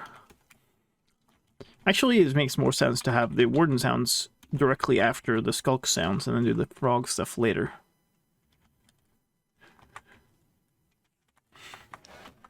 Yeah, let's do that. So, skulk. Let's put the skulk veins first. There, I think is good. Shrieker sounds, 3 stages. 22W, 12A at 8. There or something. Last one needs new footage. Hex key. Thank you for the follow. Welcome. There are also a ton of new sounds for the warden. For it emerging.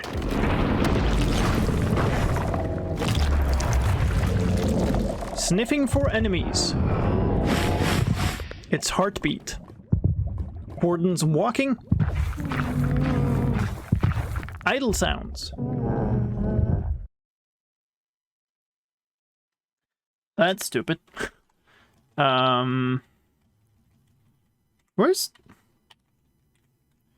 walking, agitated, angry, heartbeat, listening while angry, tender, clicking, sniffing, roaring, attack, impact, hurt, death. But that's not.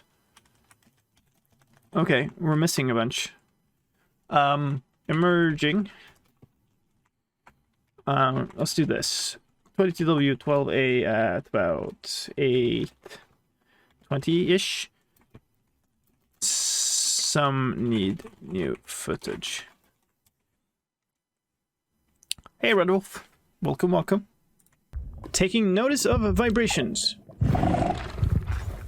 Taking notice while angry. The warden's tendrils clicking. Being agitated. Being angry. Roaring. Landing a hit. Being hurt. Dying. And for disappearing into the ground. That has been changed. Okay.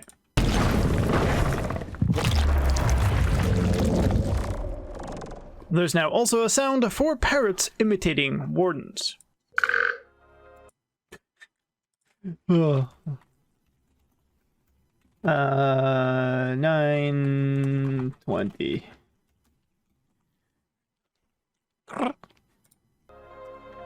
In addition, a memory leak has been fixed. And that's it for this snapshot. Thank you so much for staying with me until the end.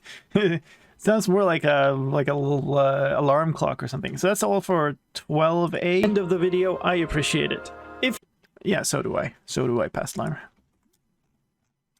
We're already over 10,000 characters in this changelog, so that's cool. Let's close this. We're not going to do the tech changes now. We're going to go directly to 13A. But let's take a break before we go on. So we'll take a few minutes, have time to, have a quick bathroom break, fill up a drink, grab some snacks, whatever it is. And I'll be running ads on the channel to get rid of the pre-roll ads that Twitch tosses in the face of everybody who joins otherwise. So it'll be nice to get rid of those, and we're all on a break anyway. If you don't like the ads, subs on my channel never gets ads, and Yay.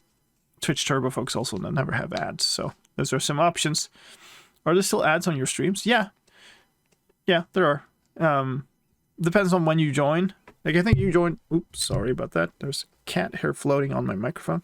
Trying to get rid of it. There are ads when you join, but not if you join right at the start, because then I will have played ads right at the start of the stream. So, and otherwise there are ads when people join, and also during the breaks. Also, not in every country of the world, because Twitch. Anyway, Chipmunk NH, thank you for the follow. Let's take a break. We'll be right back and continue on to 22W13A.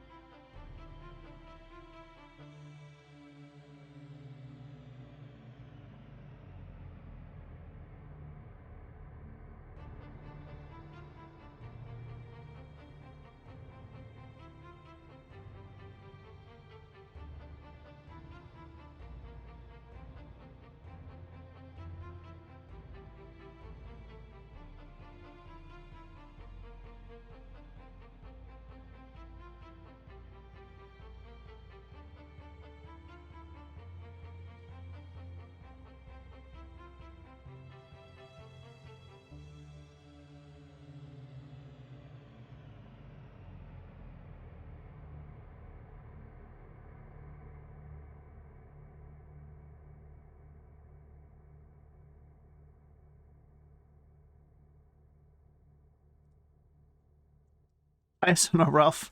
That's a good, perfect talent. Good talent to have. Yeah, absolutely.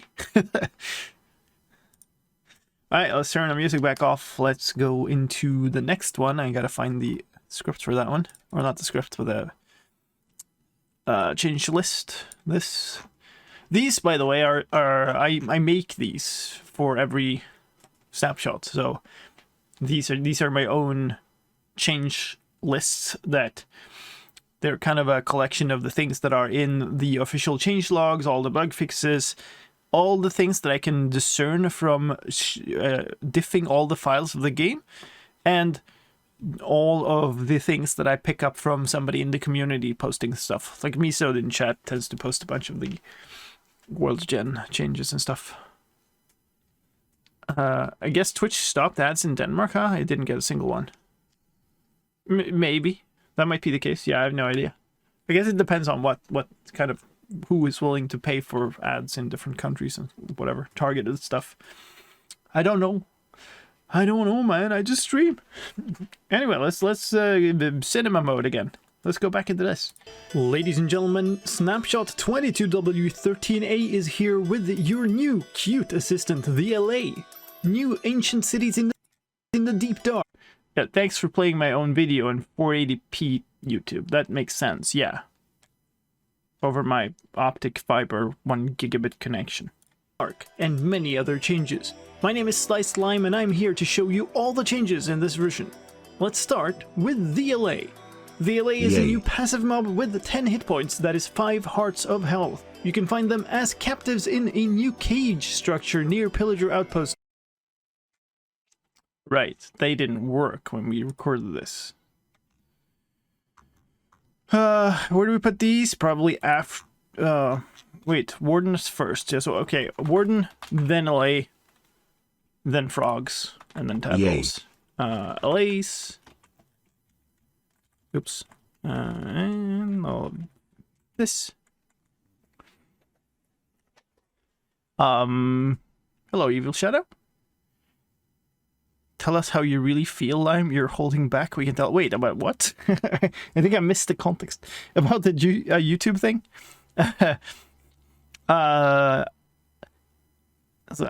Is that IMVXP or MVXP?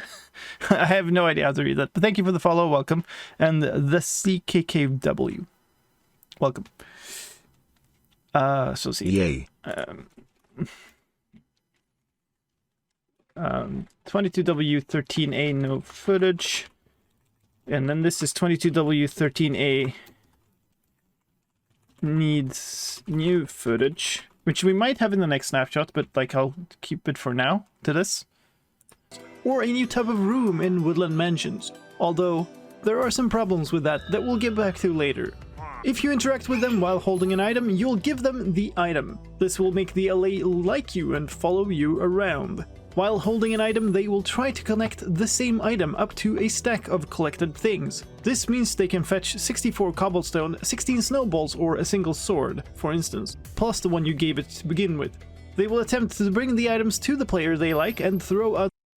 Okay, so this is mostly correct, but there have been tweaks to them, so they're much faster about this in like the finished thing right now. So I think we're probably gonna have to re-record all this. Sad face. Needs new footage. Like the good part is we still have all of these setups. We could load them back up and just re-record from them. Wait. Blaze would like a player who holds... This makes no sense. This needs to be first.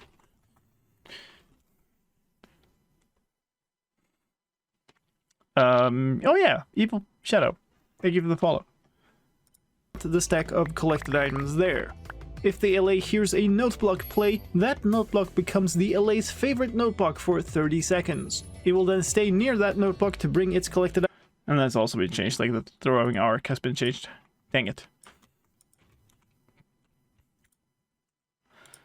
Maybe this one we can reuse items to the note block instead of to the player until the 30 seconds have passed.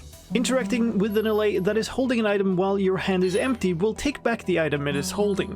One thing to note is that if you own an LA, that is, you gave it an item, you can't hurt it by swinging at it. That's not in here. Can't hurt an LA that likes you. At 120. Hey, we found something we could reuse. This prevents you from accidentally killing it as it swings by to drop off some items. If you kill an LA, you're a terrible person, and you don't get any loot.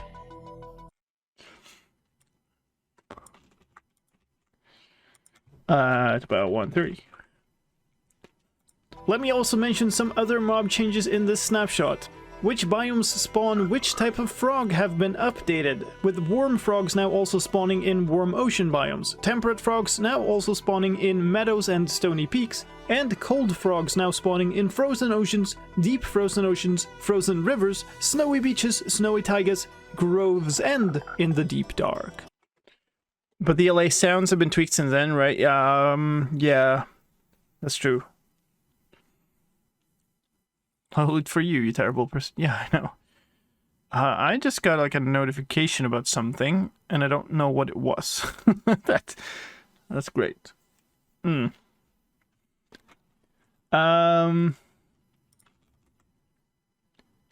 let's see. That's not it. This one. Let's do this again. The full list of frog biomes would be good, I suppose.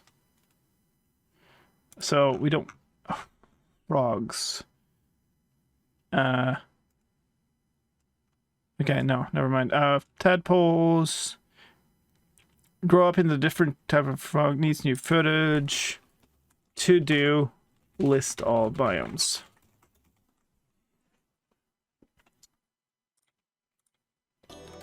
Wardens can now pass over rails, so cheesing them using rails is no longer an option, and four-legged mobs now sit correctly in chest boats.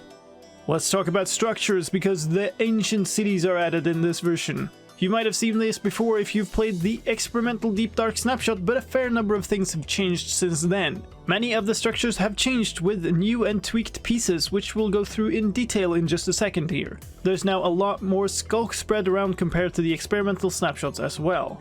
Ancient cities always spawn in deep dark biomes near the bottom of the world. The structure always spawns at height -52. No mobs can spawn in the structure even if it would extend into a different biome than the deep dark. The center of the ancient city is... I thought it was -51. Has that changed? I'm pretty sure it's -51 now.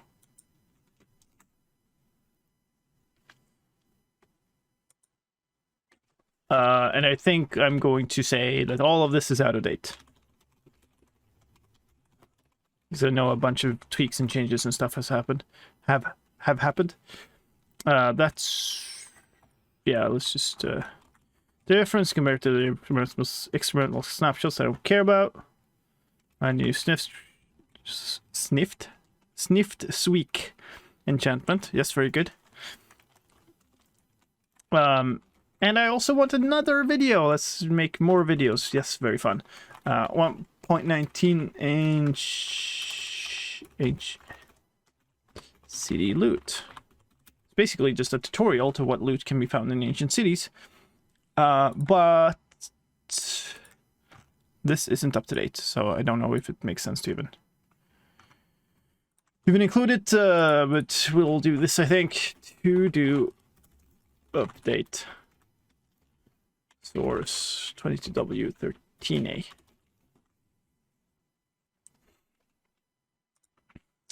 There we go.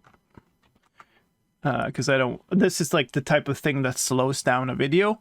And I know that a lot of people skipped over the loot for bastions and found that that was a reason why that video did more poorly.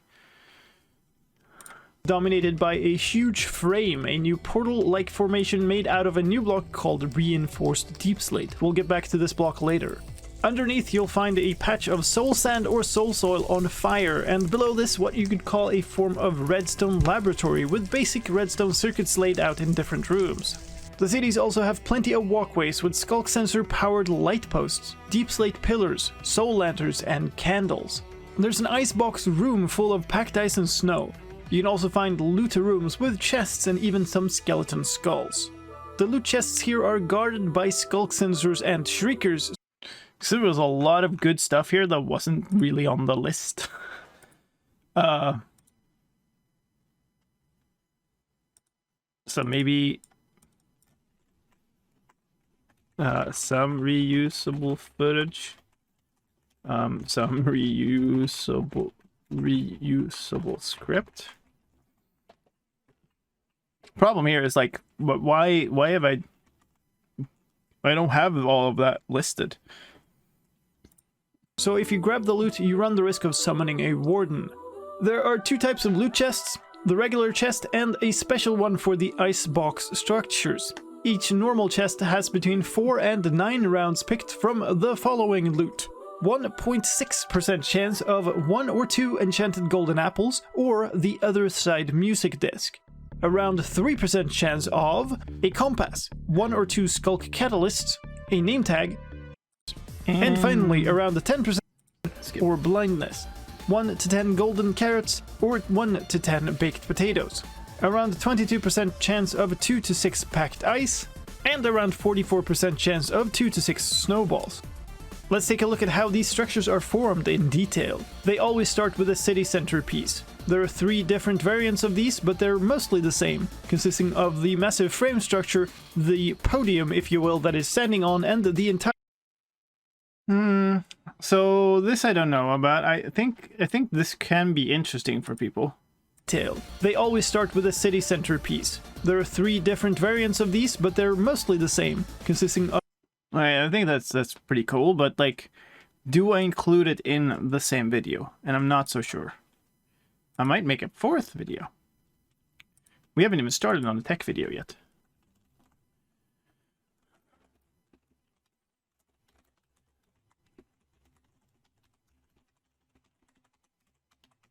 I think that makes sense. I want to be kind of harsh on myself and move stuff out of the main video, just to not slow it down and make people click away. To do updated pieces, source 22W13A.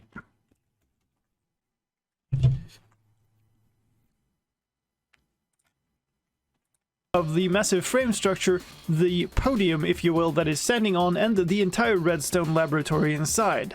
The only difference between the 3 is the decoration on top, where one...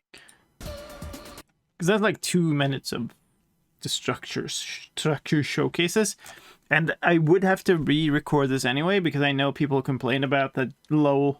Like, I put it to kind of dusk or something, because I wanted it to look like the right light level for the structures, but then people complained that it was too dark.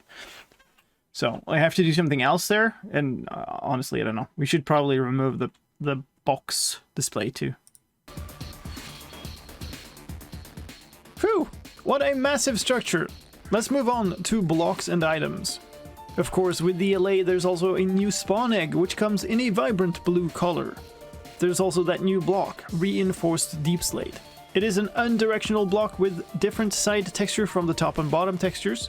It can be broken, but not mined. It has no correct tool and takes 80 seconds to break, or 60 seconds with haste 2, but drops nothing when you do. This block is unobtainable in survival mode and can only be found in the ancient city structure. Okay, so that's at 8 minutes. 22W13A, 8 minutes. There we go. All of these kind of still hold, I think.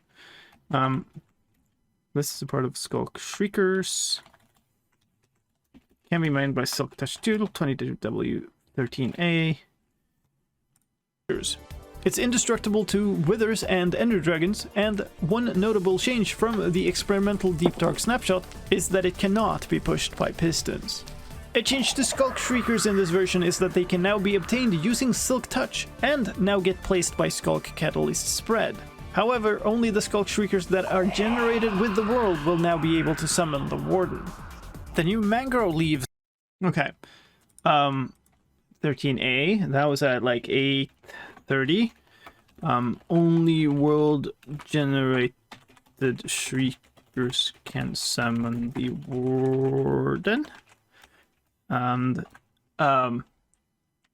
player placed or non-world gen shriekers look different. Spin opposite direction and different. What do you say? Brightness? No footage. And kind of this, there wasn't really any footage of that either. Hey, Roforex. How's it going? Hope you're having a good time.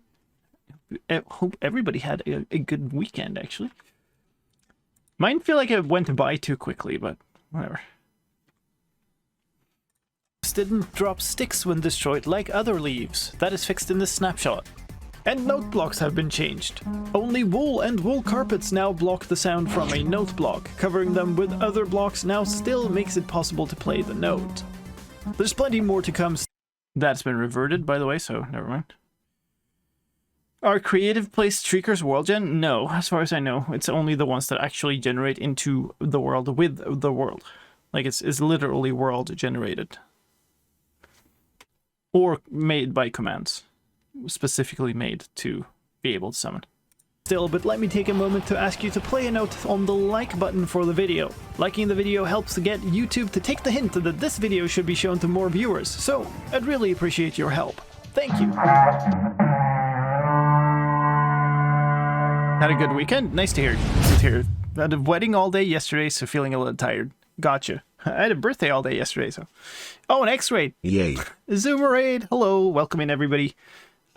Welcome to the cinema. I'm watching my own videos, basically. This is a pretty weird stream. Not my usual in-game stuff. But welcome everybody. I hope you had a fantastic time with X over there. Yay. And for Zuma, I hope you had a fantastic stream today. Thank you so much for bringing all your friends over here. And thank you for all the follows too. Hopefully my stream software will keep up with it. So what we're doing here to sort of explain to you what the heck is going on is I'm going through all my snapshot videos for all of the snapshots for 119, and I'm trying to get all of that into one big document here with all of the details with references to where I can find that in my own videos so that I can go and steal my own footage, because it's great. Hope you had a good day, Lance. Happy belated. Thank you so much. Yay. What was Izuma up to today? Yeah, if you don't know Izuma, you should click that link and go follow him. But I'm just gonna assume that you all know him.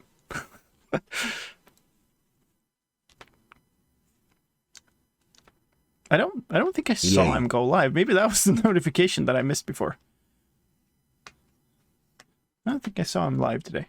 That was weird. He was digging. Okay, well, that was specific.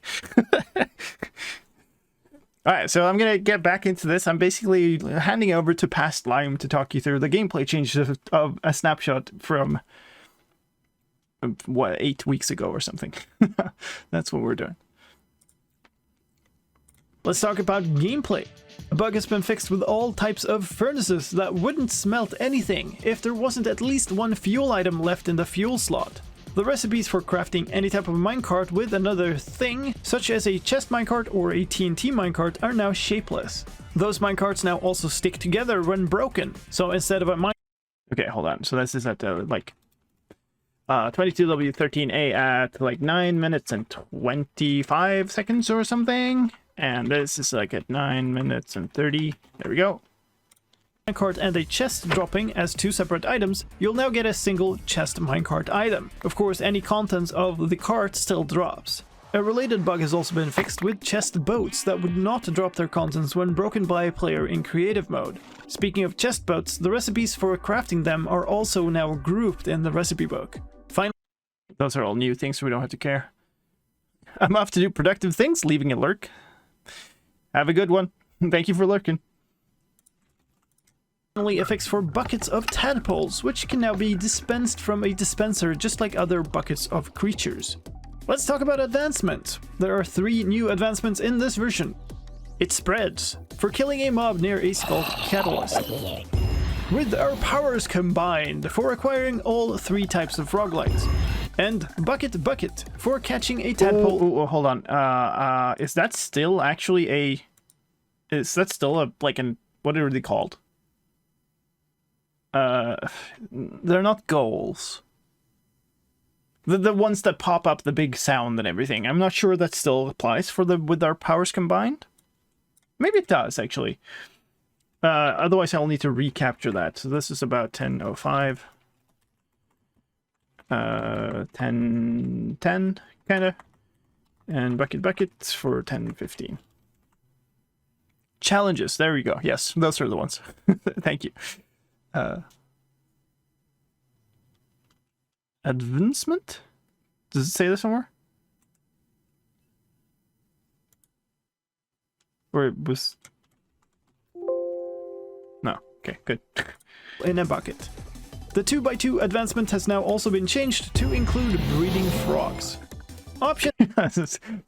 This is the massive boom sounds for a whole ton of changes in here.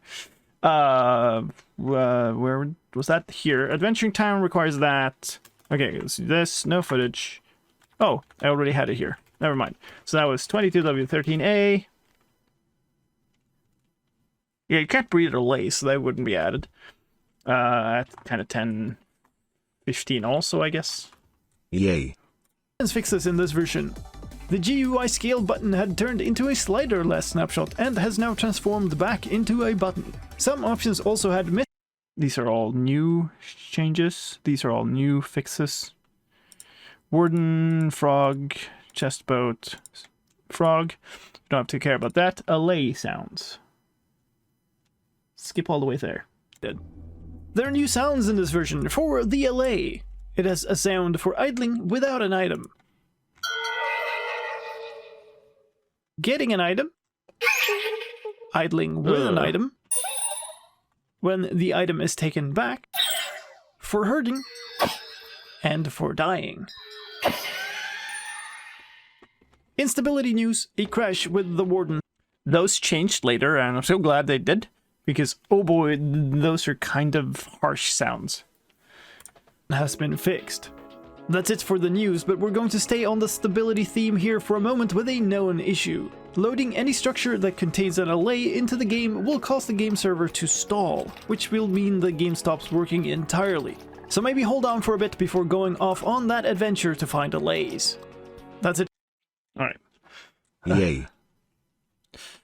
Hello from the Netherlands. Hello from Sweden. So that's it for this one. Let's skip ahead to 14, and find those notes. And they are here. Boop, boop. There we go. Ladies and gentlemen, Snapshot 22W14A is here with the new mangrove trees and the mangrove swamps, a recovery compass item, and a very long list of bug fixes. My name is slicedlime. Holy crud, I've forgotten about the recovery compass even.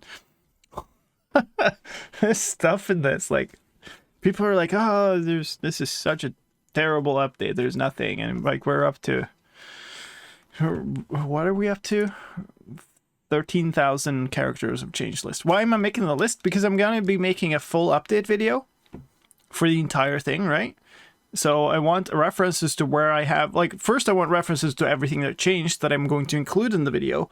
And second, I want references to where I have footage already that I can reuse. So I don't have to recapture every single thing in the update, because that would take forever. It'll take forever anyway, but it would take more forever. And I'm here to take you through all these changes. Let's start with blocks and items.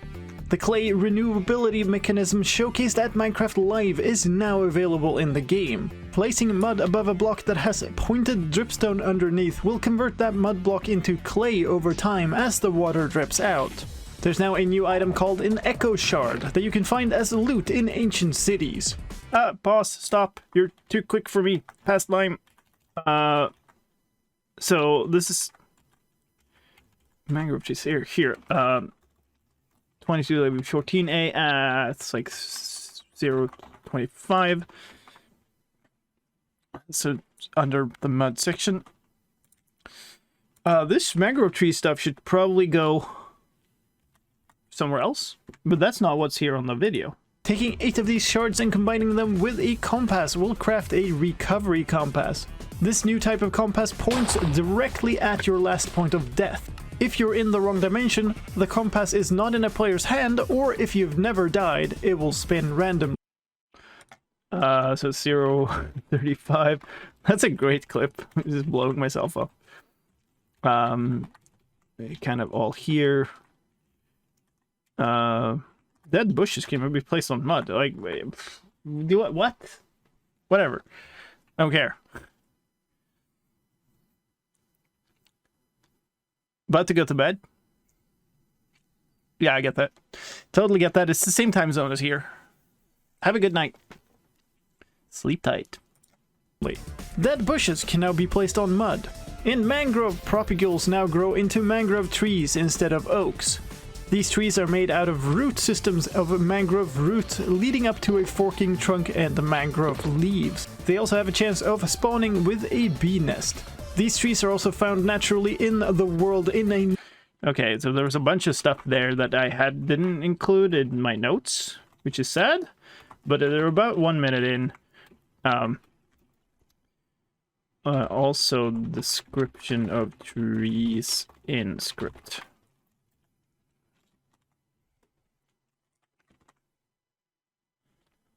New biome called the Mangrove Swamp. This biome can be found in places where the game would previously place swamps and where the climate is warm and humid. Compared to the regular swamps, they have a different foliage color and water color, and of course the vegetation... Oh my god, there's so much stuff! Did this change much after the first edition? Oh yeah, this stuff changed. This will be mud in a later version. Crud. So we can't really use this footage.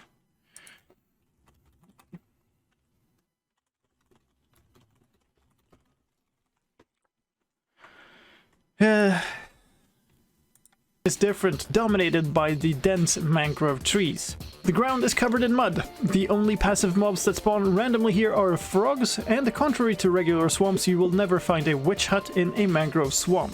In some other aspects, it works just like a normal swamp, including the water fog being closer than in other places and slimes spawning here during the night. This version also fixes the problem where loading structures containing allays would crash, which means that the structures where you can find allays can now be visited. They consist of a new type...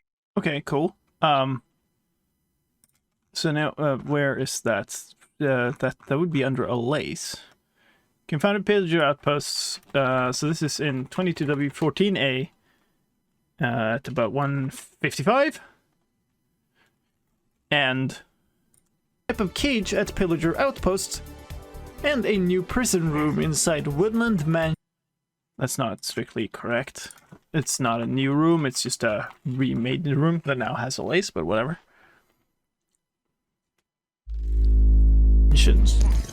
There are also a fair few fixes for problems with the new ancient cities in this version. Lava could sometimes generate in ancient cities. Slice. Hello, silly. Tier 2 and almost up to 2 years. Thank you so much. Holy smokes.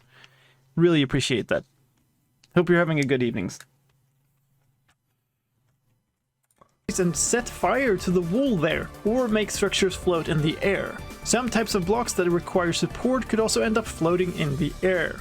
The trapdoor of the icebox room was open by default, making the pressure plate... So the rest of this is... Yeah, the rest of this is just changes to the ancient cities, which we are not going to list in the final video, so we'll skip ahead. New advancements in this version.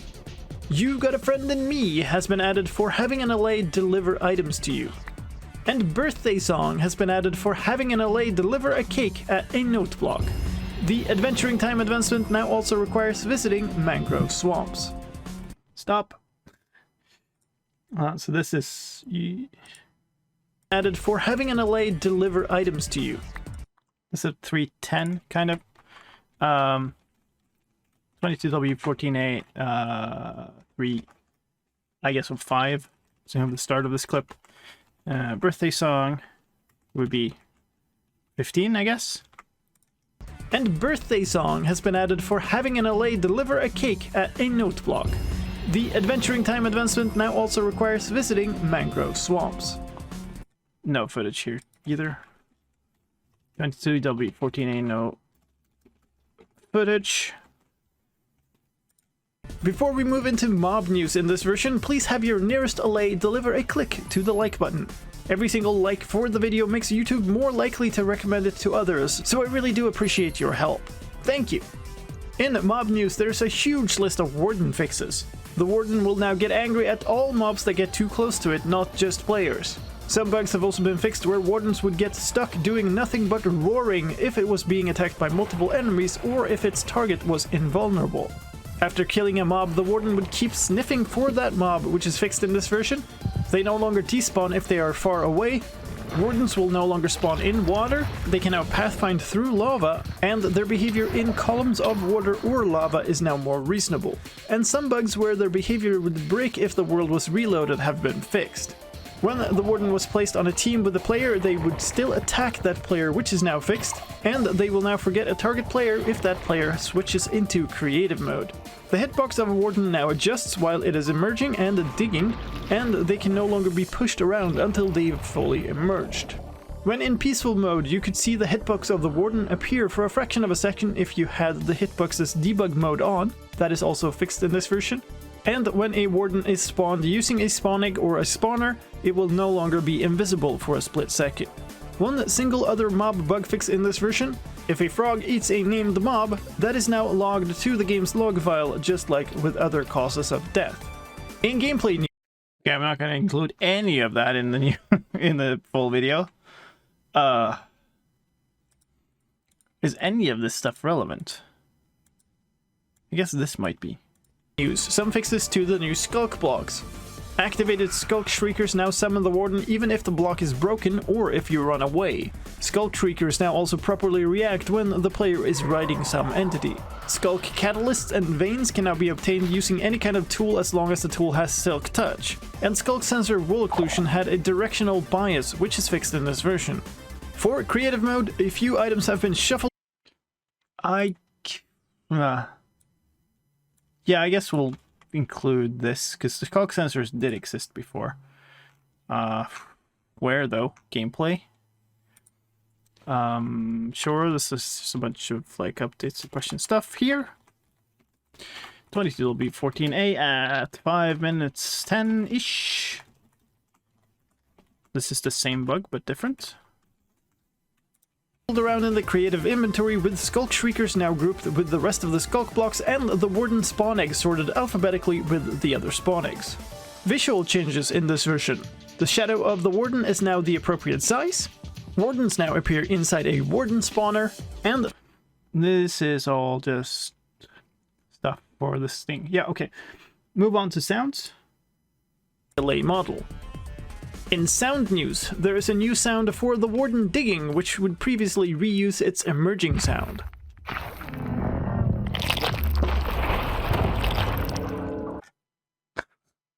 This so much like splatter and stuff in that sound. It's fantastic. It's like slurping and ghost. I don't know what's going on there. This is the one that we didn't have from before, so it should be marked here somewhere. God knows where though. Yeah, okay, some need new footage, so new digging. 22W14A at 5:55. Wardens being hit no longer plays the angering sound over the top of the hurt sound. And some of their sounds now properly obey the correct sound setting slider and the is silent data field. Some warden sounds that would play despite the world being in peaceful mode have been fixed, and in addition to that, 2 new subtitles have been introduced for Skulk Catalyst blooming and Skulk Shriekers shrieking, and some grammar problems have been fixed in some other subtitles. Instability news. The problem in the previous snapshot that would make the server crash whenever a structure within a lay was loaded has been fixed in this version. That's all for this time. Okay, good. Slurp the ground. That is a very scary sound. Like this, the sound design for the Warden and the Deep Dark and stuff is the scariest part about it, in my opinion. The sound combined with the darkness effect. Like, I don't need the Warden to pop up and be scary, like a gameplay scary element. It's like scary enough just from the ambience. Let's go to 15A. I think we're past like the really chunky ones now. So it could be a little faster from now on. Who knows, though? Okay. Wardens can now sniff you from further away. This sounds... yeah. I don't want to know about them sniffing. Ladies and gentlemen, Snapshot 22W15A is here with a new ranged attack for the Warden, new advancements and many other fixes and tweaks. My name is slicedlime and I'm here to take you through all the changes in this snapshot. Let's kick it off with changes to mobs. The Warden can now smell you from further away when sniffing. It also has a much higher vertical range for angering, so smelling you up to 20 blocks up or down will now cause it to get angry. Previously, this was only 6 blocks. When it does get angry and the target is either high up, hiding behind a wall, or unreachably out of range, it can now use a new sonic boom attack. It will then charge up, open up its ribcage, and shoot a sonic beam that can pass through walls and that deals equal amounts of damage as its melee attack. That's like super scary. That attack, it looks so brutal, and sadly we can't use the footage because the animation has changed after that, so we need to record new ones. I would love if we can get a replay mod version to get that, because it would be amazing to show that in slow motion. Where is the dang Warden? Here. Okay. Sonic Beam Attack 22W15A needs new... can't spell. New footage. And yeah, needs new footage for this too. Well, I guess this is a sub-item of the previous one. A couple of Warden-related bugs have also been fixed. It will no longer sometimes forget targets that it just roared at. You can also no longer push the Warden around while it is emerging or digging away. Let's also mention a few changes to less terrifying mobs. LAs have been given a natural health regeneration which heals them 1 heart per second. That is 2. Nice. That needs to be included. It should probably be kind of early. Maybe, actually, you can't hurt. And 22W15A. I'm not sure this is the best showcase of it, but we'll keep it for now. I don't mind being obliterated again. Yeah, we'll see how we should set it up. Hit points per second, and tropical fish can now spawn in mangrove swamps. In gameplay news, ooh, hold up. We didn't have that in the mangrove swamp here. No regular passive mobs, only frogs, tropical fish. Can spawn in mangrove swamps. 22W14A.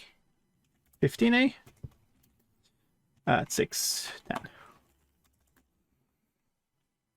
Change that was made to note blocks in a previous snapshot has been reverted, so any block placed above a note block will now once again prevent it from making a sound.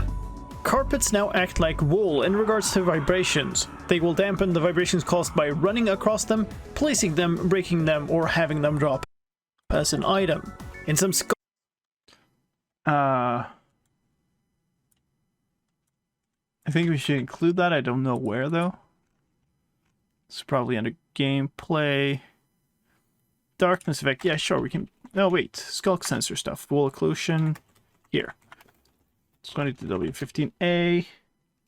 130-ish. I mean, this is the same thing, but whatever. Skulk-related changes. Skulk Shriekers will no longer make water vanish when placed, and breaking a Skulk Shrieker that had already started shrieking will no longer prevent the Warden from spawn. Did I have the Wandering Trading thing? No, I don't think I mentioned that yet. You can now access the inventory of a chest boat that also has a passenger by simply right-clicking that chest boat. The Wandering Trader will now sometimes offer... There it is.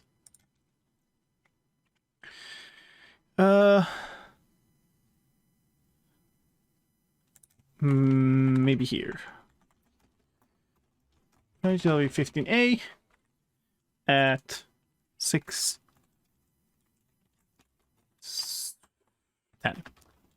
No, that's the entire video. Dang, did I make that mistake before? That was a weird sound. Which one? Hi from Spain? Hello from Sweden.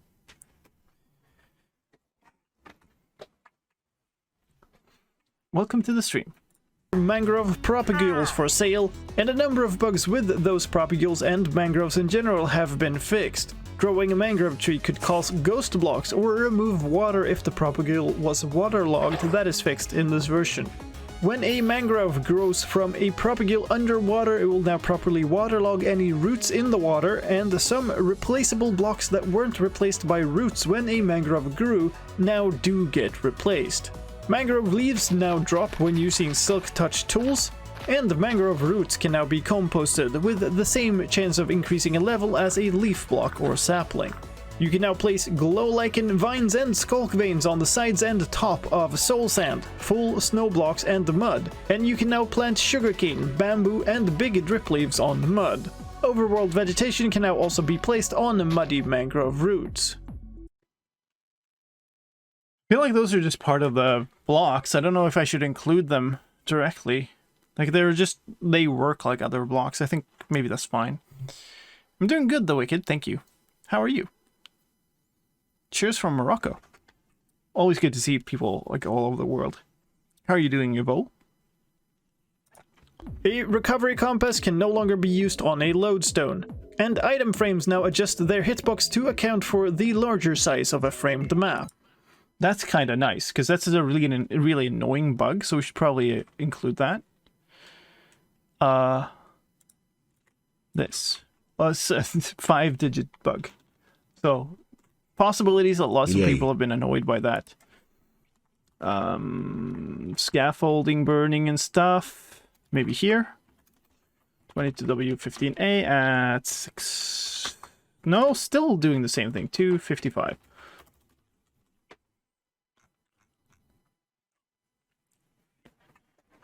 Rainbow Crow, thank you for the follow. And also, like, again, thank you for everybody who's followed before when we got that Zuma raid. I normally read out all the follows, but no, we're a little bit too much.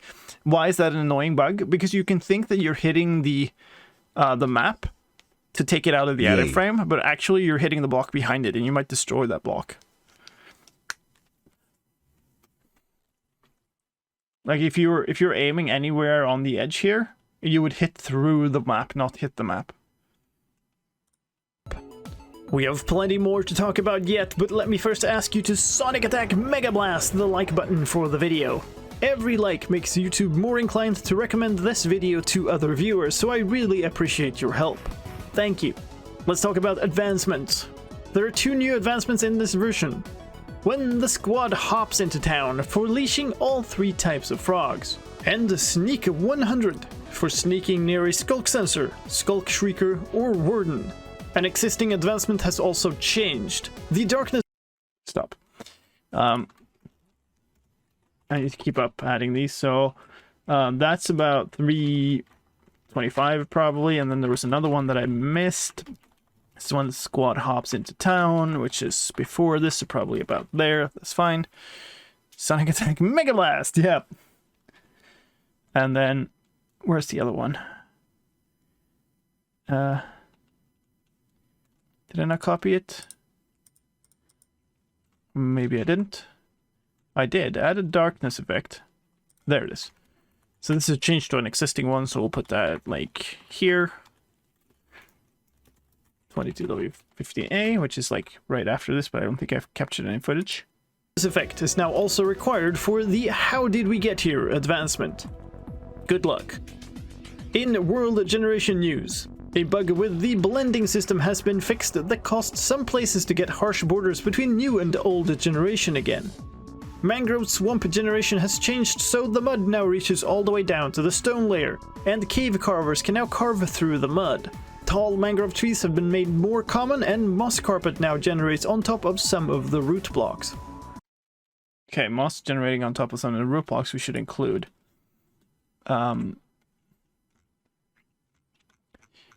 This changelog is getting so large that it's hard to find stuff now. This is just garbage. Stop putting garbage stuff in the changelog. Covered with a thick layer of mud. Remove all the garbage text. Some of the roots have moss carpets on top. 22W15A at 4 minutes in. Bees and worm frogs. Okay, sure. Where's the thick layer? I guess.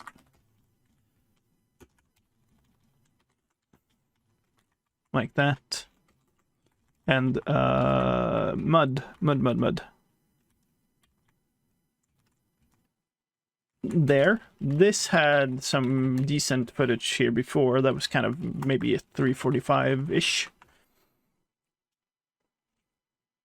I don't think many just don't realize how much is going into this update. It's kind of crazy. Yeah, that's the thing. People are like, oh, there wasn't a birch forest like polish and there are no fireflies, so it contains nothing.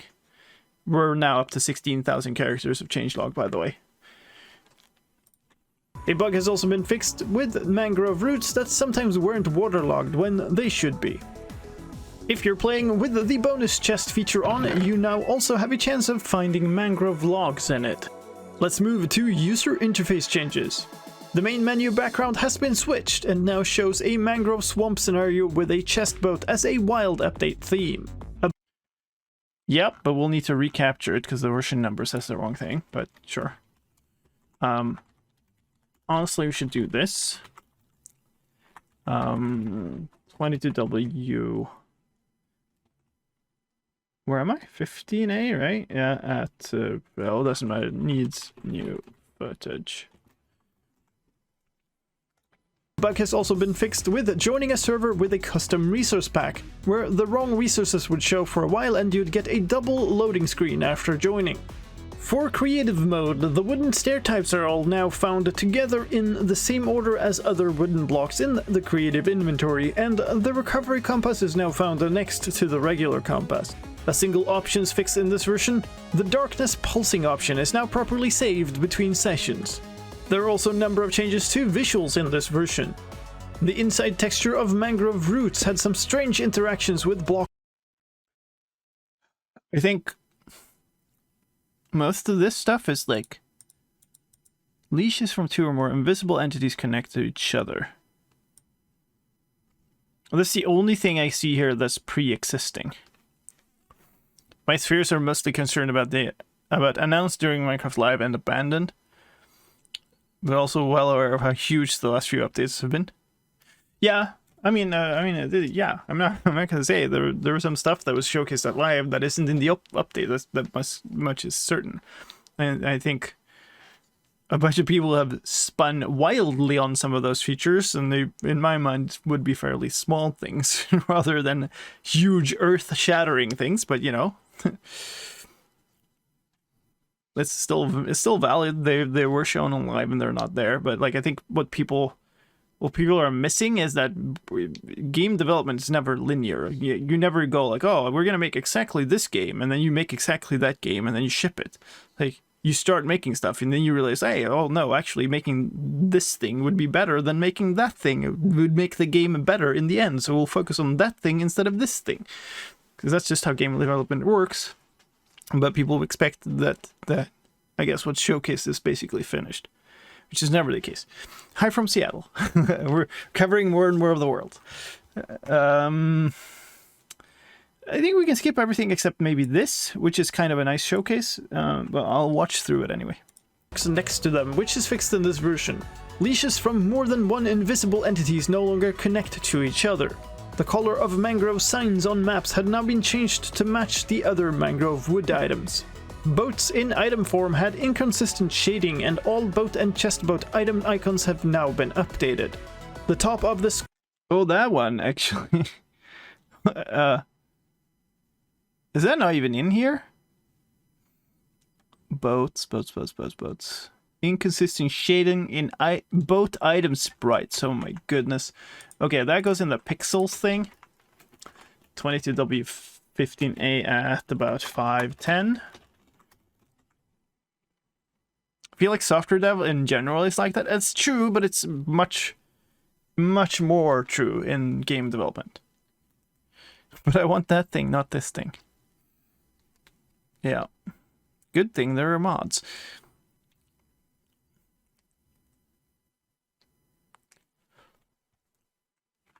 And honestly, the birch forest, if you want to, tweak the birch forest, you can make a custom biome for it now.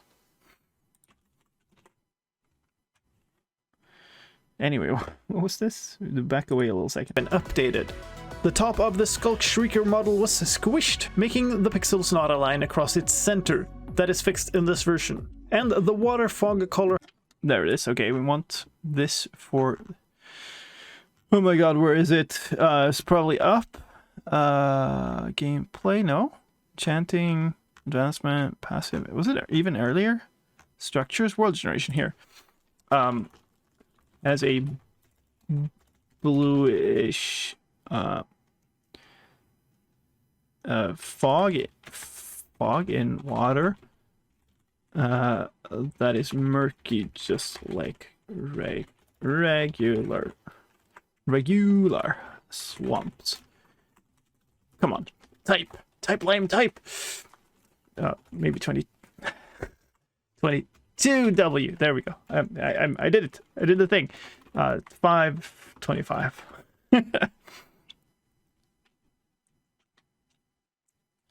has been changed while underwater in mangrove swamps. In addition to this, a fair number of tiny fixes have been made to text in different areas of the game, especially fixing the title case of certain items.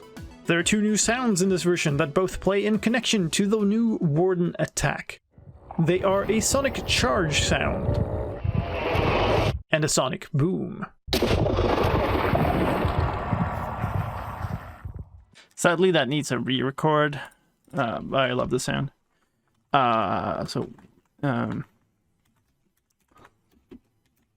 Sonic Charge and Sonic Boom are from 22W15A. At 550 needs new footage. Boom. Hey Saga, how's it going? Learning so much about the update this stream and just loving it. That's great. Glad to hear it. And that just a good sign in general for the resulting video, right? For stability, a couple of crashes have been fixed, and a bug causing a player to immediately get disconnected from a server when powering a beacon has also been fixed. And that's it for this version. And that's it for that video, so let's move on to a music disc. I guess should just add somewhere, but that will be referenced in this, I guess. So 16A and B. So let's close the 15 one. Let's find the next one. This 16AB. Ladies and gentlemen, Snapshot 22W16A is here, quickly followed by Snapshot 22W16B. These snapshots introduce a new music disc in fragments, new background music tracks, and many other fixes and tweaks. My name is slicedlime, and I'm here to take you on a tour of all the changes in this version. Let's... Yeah, we're working on script. That is right. So basically, I'm just trying to get as prepared as possible for my update video, get it done as early as possible, so I don't have to spend like infinite amount of hours working on it just before release. Because I've had some panic moments before, and they have not been fun. So I think we need this stuff. I guess we put it last. And sounds. Smart. Yeah, you would think. Start with the sound changes and the new music. There are 4 new background music tracks called Ancestry.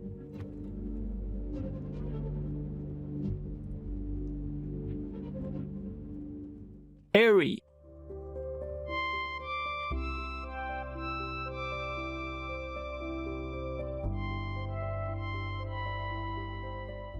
Firebugs.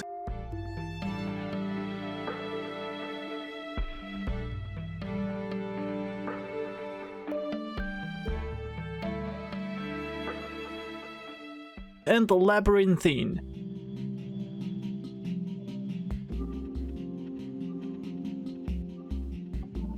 All composed by Lena Rain, who also composed music for the Nether and Caves and Cliffs updates, as well as many other games such as Celeste. If Ancestry sounds familiar to you, that might be because it is the unused track from the Caves and Cliffs soundtrack, and it plays, of course, in the Deep Dark. Airy, Firebugs, and Labyrinthine can all play among other songs in lush caves and in all types of swamps, forests, and jungles. All of the Caves and Cliffs songs have been removed from the rotation playing in the main menu. Instead, Airy, Firebugs, and Labyrinthine can now play. All of these songs can now be found on streaming services like Spotify as well as on YouTube. You can find links to them in the video description. A new music disc is some of that footage here is actually pretty good footage of mangrove swamps, so I think I'm going to add a reference to it there too, if I can find it. So there's so much stuff here. Okay, here. So we could actually reuse some of that here. 22W16A at kind of 030-ish. I heard soundtrack. Well, sure. Gotta head to the airport. Safe travels. Well, I'm assuming you're gonna actually, like, fly. Not just head to the airport, like, buy a sandwich and go home, or, like, work at the airport or something. I don't know. Also been added, the song 5 by Samuel Åberg. Unlike other music discs, you cannot find this as loot. It has to be crafted in a 3x3 Okay, so that's, oops. 22W16. I guess I'm tired. One of the things flying home. Awesome. Hope you have a fantastic flight. One of the things I notice where I'm tired, like I manage like sleep deprivation and tiredness and stuff really well. And one of the few things I really notice is my ability to type accurately degrades when I'm tired. Like, even if I don't feel tired at all, I have no real reason to feel tired today either. So, but it does affect my ability to type precisely.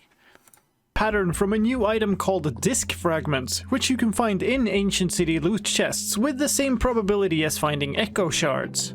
This disc is very different from many others and sounds more like a soundscape and a journey than a classical song piece.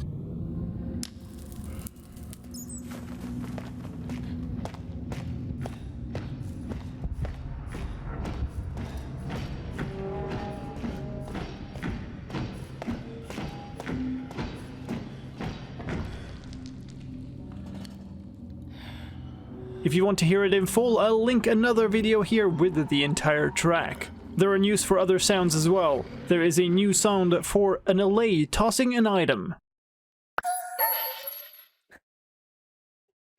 Oh, is that updated later? I can't remember.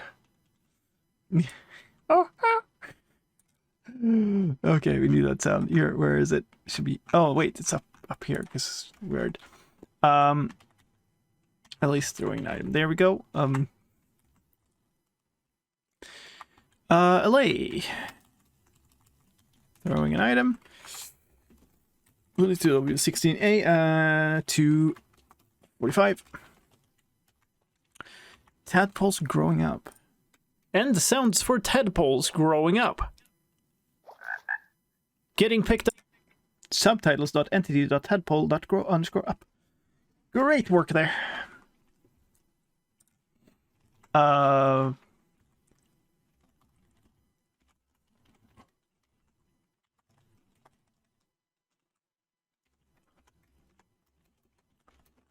22W16A at 250.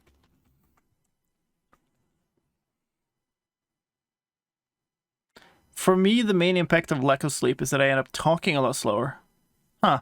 Yeah, I think that might happen a little bit to me too. Like, if I'm streaming and I'm getting tired, I feel like I'm a lot less active in driving a conversation and talking. Like, I guess it's just like slower brain activity for trying to actually, like, you know, be creative and stuff. I don't know.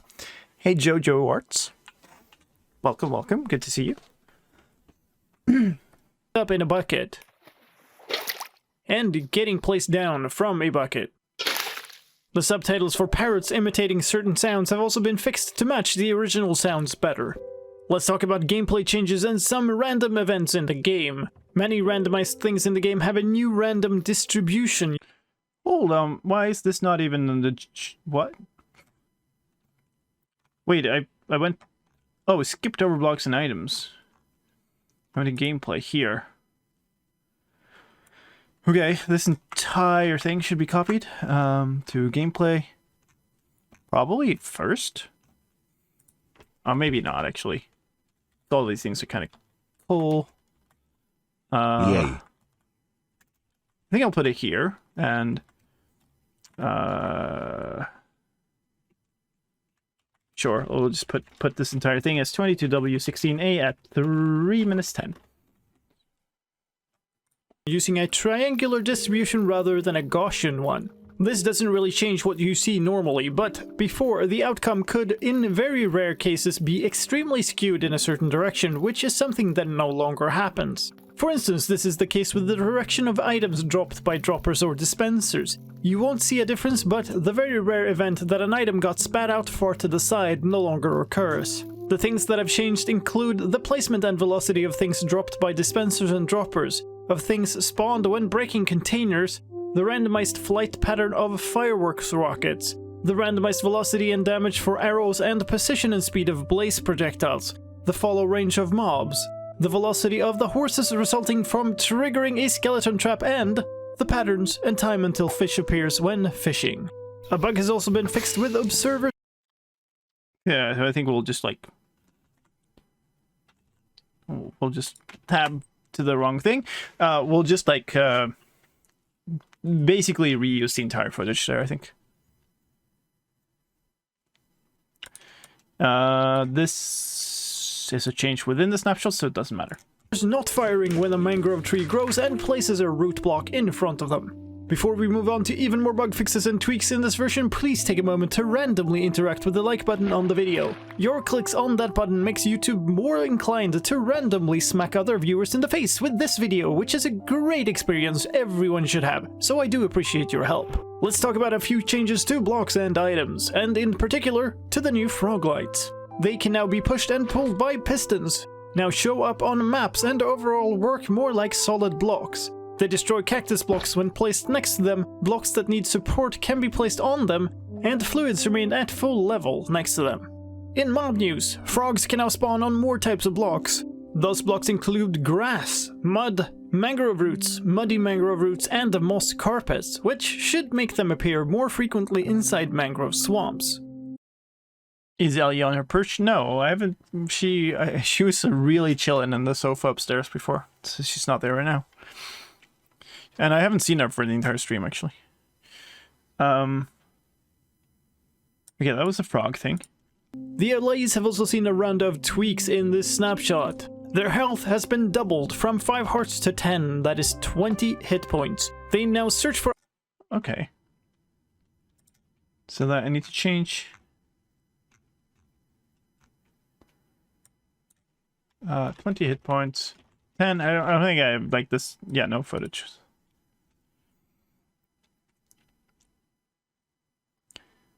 I'm making a short movie about Minecraft and I want to ask for your permission. Like, I can't give you permission about anything officially about Minecraft. The only real things I can give you are permissions related to copyright of my own videos and stuff, but then I kind of need to know what you're doing with it if that's the case. But I think it sounds like you're asking more for like an official permission for something, and I cannot give you that. items much further away, like was already the case in Bedrock Edition betas. This is up to 32 blocks from 9 blocks. They now move slower when idle and wandering around, but faster when collecting items and returning to drop off items. The throwing arc has been changed to make them hit their targets more consistently, and the delay between dropping items has been lowered from 5 to 3 seconds. LAs now drop the item they hold if they die, and they no longer despawn if they're holding an item that they have been given. They also no longer follow and drop items to players in spectator mode. A couple of LA animation bugs have also been fixed, so they now have a flying animation like they already did in Bedrock Edition betas, and they no longer become unable to idle once they've started moving for the first time. Wardens have also seen a number of bug fixes. They could spawn in very narrow places where they would then suffocate, which is fixed in this version. Their sniffing behavior could sometimes activate incorrectly, and they could get spawned outside the world border or get angry at things outside the world border, which is also fixed. A whole bunch of pathfinding bugs have also been fixed, where axolotls trying to get to water would sometimes fall into holes or try to walk through tall walls. A number of mob... That clip is so good. Should I include that one? Maybe. This is like a super dramatic long form clip though, so I don't know. I had like a... Oh my god, where's that? I had like a passive mob things. Here. Types couldn't walk through open doors either, which is now fixed. That included axolotls, frogs, turtles, and striders. In world generation fixes, one of the ancient city centerpieces was 1 block lower than the other ones. That has been fixed in this version. And blocks now update properly around mangrove trees when they generate. There are also a few user interface fixes in this version. The game no longer stalls for a while when opening the single-player worlds list for the first time. Instead, a loading world list message is shown until the list is available. The social interaction screen has been fixed, so the Manage with Microsoft Account button is now centered, and the tab key now accesses the search field in the right order. Mangrove stripped log, stripped wood, and wood are now in the correct order in the creative inventory. Okay, we don't care about any of those. I think they're too small for the full video. Yeah, people, like the bug tracker from Minecraft is open. Anybody can find a bug and report it on there. And basically all of these are found that way. I think we found a few weird bugs when we were like investigating how a snapshot worked, but like otherwise, usually it's just people find them and report them. And with every snapshot, there's a list of bugs that have been fixed. Okay, yeah, sure. Let's just randomly maximize the screen instead of playing. Let's sure. finish up by talking about stability. This snapshot contains crash fixes and performance improvements, but 22W16A also introduced a crash when opening the single-player worlds list if any of your worlds had broken data, which was then fixed in 22W16B. This also brings us to a known issue that remains in snapshot 22W16B, which is that the game crashes when flying mobs are in dangerous blocks like lava. This can cause your save file to get corrupted, so as always when trying out snapshots, caution is advised and do make that backup the game keeps nagging you about. That's all for this time. Okay, so we're done. 16AMB, 16AMB, 17A. There. Holy crap, yeah, the goat horn. I keep forgetting about a lot of like cool stuff in this. That's in my different folder because it's pretty recent. Yeah, we only have 3 more. What? Where's my script? Hello? The heck? Oh, there. What's this sorted by? Size. What the heck? Okay, so we have 3 more snapshots to go. Then we're caught up to today, which is good. Like that's good. solid result for a full stream. We'll have the full list this far. Of course, the update isn't done yet, so there will be more stuff in future snapshots and whatever, and I'm gonna have to just keep up and record whatever's changed. Ladies and gentlemen, this week's snapshot for the Wild update is called 22W17A and brings you goat horns, tweaks to the Warden and LA, and much more. My name is slicedlime and I'm here to guide you through all the changes. Let's begin with the new goat horns. When a goat is performing a ramming attack and hits a log, stone or packed ice block, or iron, copper, or... I should really... So, this video is actually the one I'm least satisfied with out of all my snapshot videos for this version. I should really detail this. Like, it's not that they ram a log randomly, which is the changelog is really poor. They try to ram you step out of the way, and they hit a log, right? That's what needs to happen. And then I was really poor at, like, explaining. I explained that 4 of them come from normal goats and 4 of them come from screaming goats, but I never explained which ones map to which ones. There's a lot of stuff I feel like I was missing here. Where do I put them, though? So here's all the skulk stuff that leads into the warden. So I probably before, and this is all the, yeah, after mud, maybe.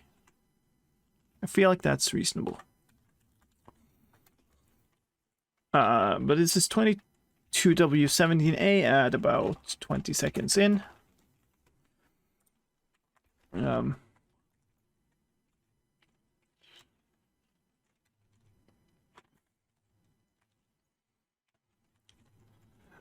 So that's okay. There are 4 exclusive to screaming goats. To do list which ones.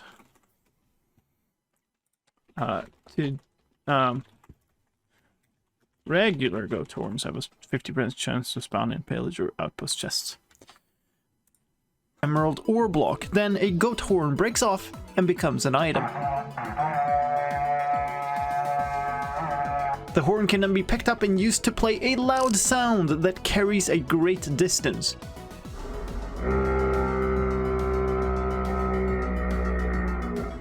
There are 8 different variants of the horn, depending on which type of goat it came from. 4 variants for regular goats and 4 variants for screaming goats.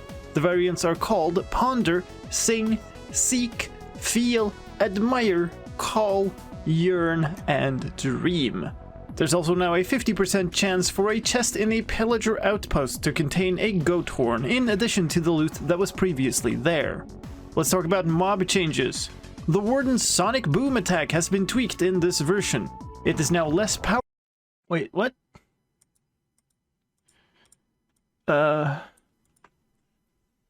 Okay. So it's all of this stuff first. I guess none of this is going to show up in the final video, but what distance can it be heard from? A bit unclear, but that's a good point. We should include that. Heard from afar. To do exact distance. When we were trying it out on the server, it seemed like it cut when the player went out of view distance, right? So you couldn't hear it when the player was out of view. So that meant our server view distance was lower than the maximum distance that this could be heard. The other, I think I saw 256 blocks mentioned somewhere, but we need to verify. Powerful, dealing a base damage of 10 instead of 30, but can instead be used more frequently by the Warden with a cooldown of just 2 seconds, down from 5 seconds. The attack now also completely bypasses shield and armor protection. If the Warden kills you with a sonic attack, it now also displays a custom death message. Player name was obliterated by a sonically charged shriek, or if you are fighting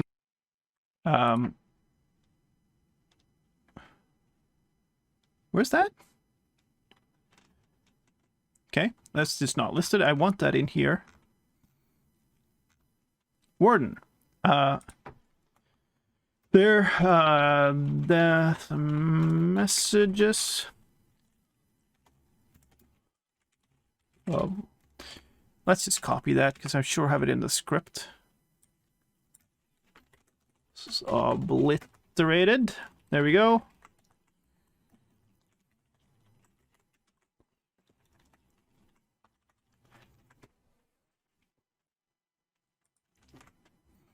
Cool. Mob, when it happened, player name was obliterated by a sonically charged shriek whilst trying to escape. Mob name. If you kill a Warden, it now drops loot. Always a single skulk catalyst. The cool, that needs to be included also.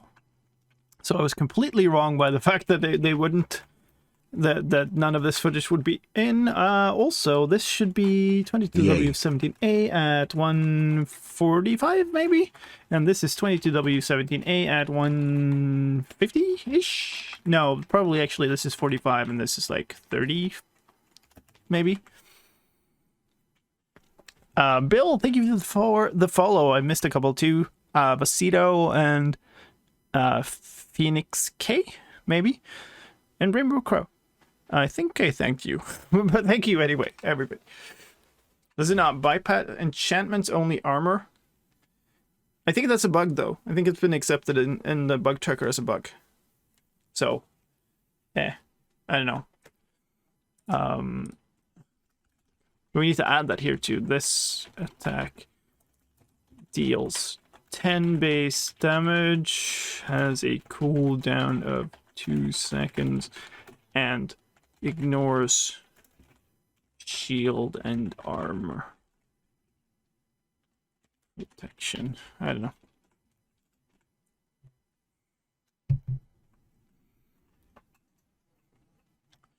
This is like it's not the final version of this list because things will still change until, and if it's still the way it is now, that protection enchantments protect you. Actually, let's maybe do this.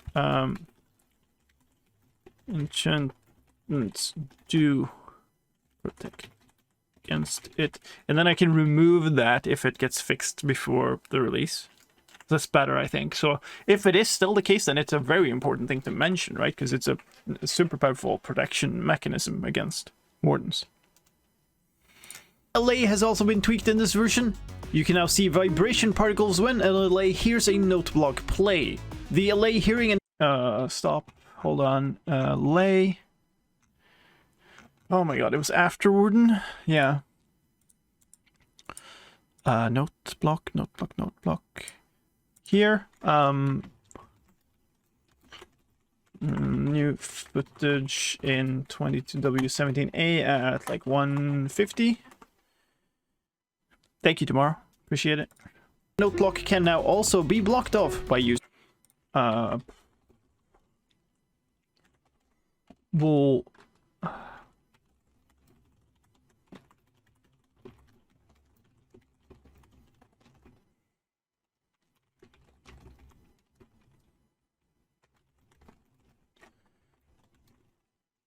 two minutes, kinda. Using wall blocks. A number of allay bugs have also been fixed, like one where an allay could be equipped with armor using a dispenser if it was already holding an item. They would also ignore which dimension their target note block was in when deciding to move, and could create ghost items when taking items from a stack and the entire stack didn't fit in their inventory. Let's move on to gameplay news. Quite a few bug fixes have happened in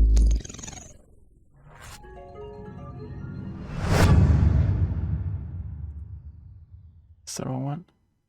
No, it's also the wrong one. What do I have? This 17 script, 17 here. Oh, there's no message with it. I was waiting for Brian to pipe up. Hey, Grey Magic, thank you for the Prime sub. I really appreciate that. Is that a first time sub? Really? I thought you'd subbed before. I guess I'm wrong. Thank you so much. Welcome aboard. If you didn't know that, or if anybody else didn't know that, subbing to the channel, of course, like gets you all the emotes and ad-free viewing and all that stuff, as it usually does for everybody. But it also gives you access to my fan server if you want that. So that means that you can head on into my Discord server and tell my bot there your nickname to get access immediately to the server, which is a really nice place. There's a lot of absolutely bonkers projects on there that people are making. First time sub, awesome. Thank you so much. I appreciate that. Okay, so here's where we're at gameplay here. This version, including some synchronization bugs that cause players and some entities to appear where they shouldn't be, and paintings to be off-center. A change has been made to blocks that drop XP when mined. These blocks will now also drop the XP when blown up by a TNT explosion, as long as that TNT was ignited by a player. Exactly. So that we want. I have no idea where to put it. We want the one about skulk blocks having low blast resistance with the skulk block stuff, I guess, which is here somewhere. This is getting unreasonably large. Skulk blocks. There, skulk blocks have very low blast resistance. I think we had a special one for that. As is the case for player kill only loot drops and XP from mobs. Skulk blocks have also had their blast resistance lowered. Yeah, that's good. So about 250. 22W78, 250. And then under, I guess, gameplay. Oh my goodness. Down here. I feel like that fits like here.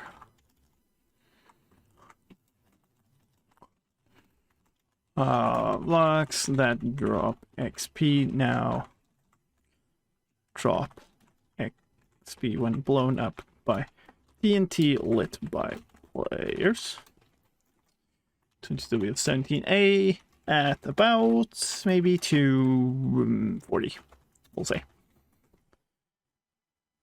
I think it's time to go to bed. Then have a good night. And I hope you sleep tight. Yeah, I think the pause reminder there. I'm gonna keep going here. We have two more snapshot videos to go through before the end, and we're like up to it. So I'm gonna keep going until it. IMS21, thank you so much for the Prime sub as well. That is awesome. Thank you, thank you. I think I saw your nickname as like following right before the start of the stream, right? So you're a new viewer too. That's super nice. Thank you. Appreciate that. And are now very easy to destroy with explosions. A change has been made to skulk spreading, which can now also replace soul sand and mud when mobs die on top of them. A number of bugs with skulk sensors not activating or activating incorrectly have been fixed, including boats not being detected when landing or traveling backwards, and boats and projectiles being detected even when hitting wool. Oh, this is a problem actually. Now, this is a real big problem. I realized that for me, I have included a section about skulk sensors in a previous update video because skulk sensors were technically kind of added in 1.17, I guess, but just like locked behind creative, right? Or locked behind give commands even in the beginning. But now they exist fully. I should probably include a lot more about skulk sensors. I don't know. Should I?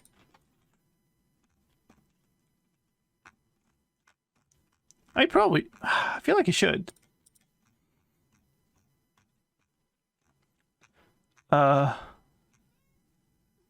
Skulk blocks. Skulk catalyst. Sure, we'll do skulk catalyst, and then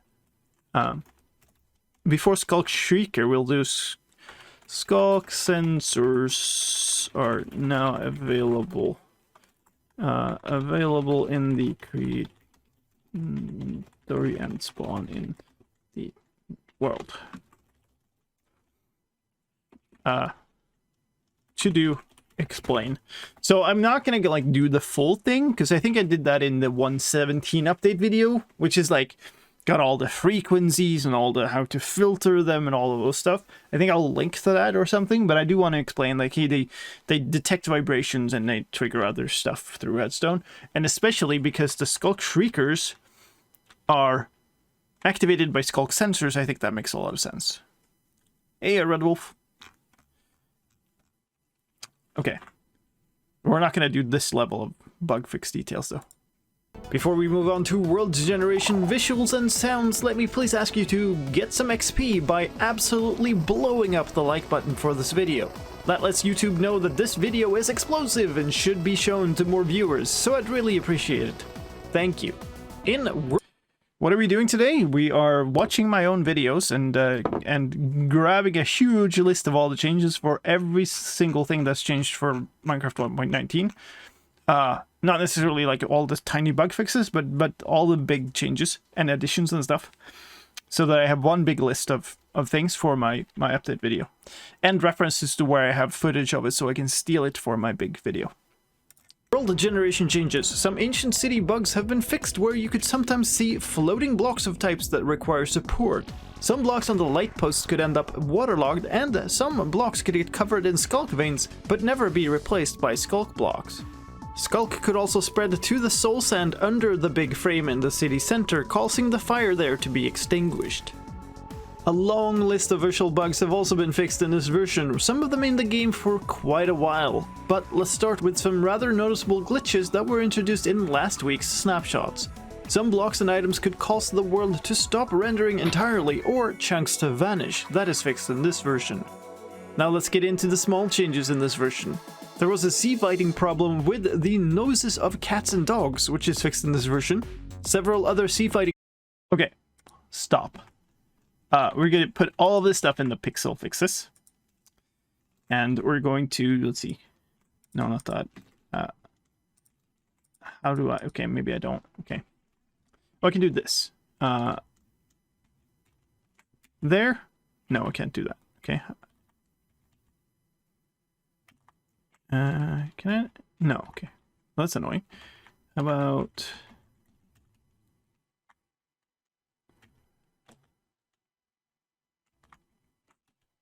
Okay, whatever. 22W... What's this? 17A?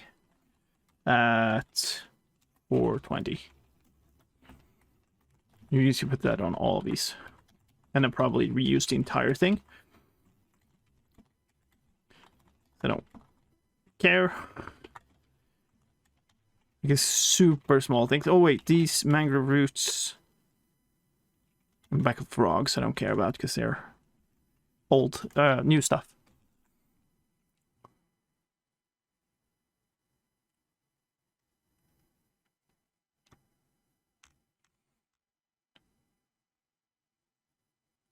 Wait, because it doesn't work, there are people in need of help on Discord. There are several staffs on and not even an answer. I have no idea what you're talking about there. Problems have also been fixed, including around the backside of frogs when they open their mouths, and on the colors of cleric villagers. Speaking of villagers, some leftover pixels have been fixed in the hands of zombie weaponsmiths, together with other mismatches at seams in villager and zombie villager textures. Savannah zombie villagers didn't have a body texture and appeared like default villagers. That is fixed in this version. And the robes of villagers, zombie villagers, witches and illagers didn't render at the very bottom, which is also fixed. The crossed arms of Vindicators also had miscolored pixels on the inner faces.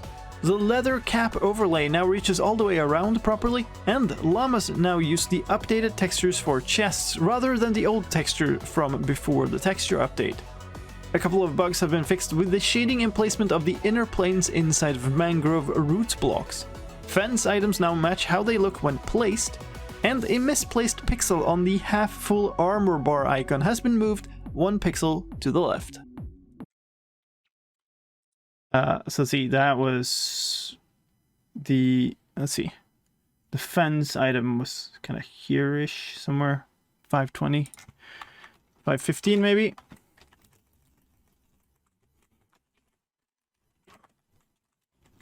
And then, yeah, 520 is the half armor bar thing.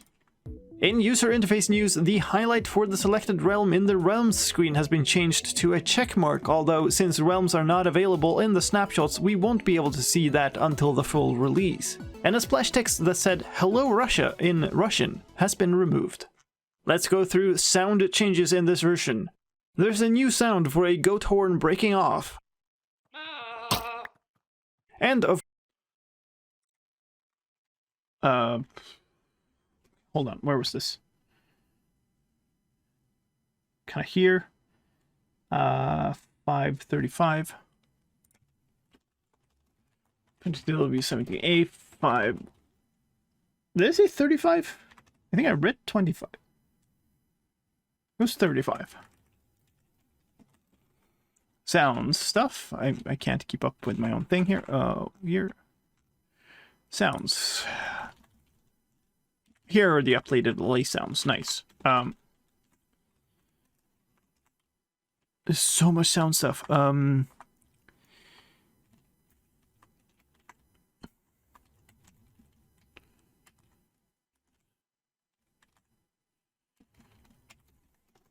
22W17A at about 555, I guess.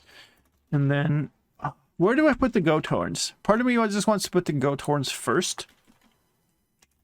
I think I will, because they're the most interesting sound thing in this update, right? So 22W17A at 555, I guess. Sometimes wonder how you guys at Mojang do sound design. It's magic, isn't it? And like I don't have much like daily contact with the people who do it, so it's magic to me too. Of course, the new goat horn sounds. Ponder. Actually, with that, there is some videos, like old. I can't remember if it's like it's not Ask Mojang, it's like Meet the Team kind of videos. I can't remember, like Dev Diary stuff, where I think maybe Samuel, the guy who made that music disc, is like explaining how he recorded a bunch of stuff, including goats, actually. So, like, if you want to know more about the sound design stuff, you can go look that up. Do you know if you're going to create more Legacy SMP episodes on YouTube? Not sure at the moment. Like, I don't have time to do that right now. It's kind of stream only at the moment. Sadly, I miss it. I would like to do more, but I don't have time. So, unknown at this point. But for now, it's going to be streams, and we'll see. Sing. Seek. Feel.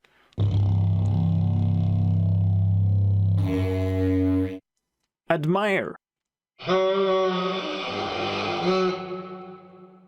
Call.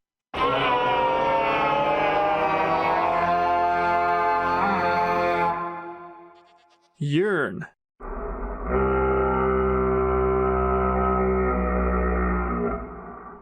And dream.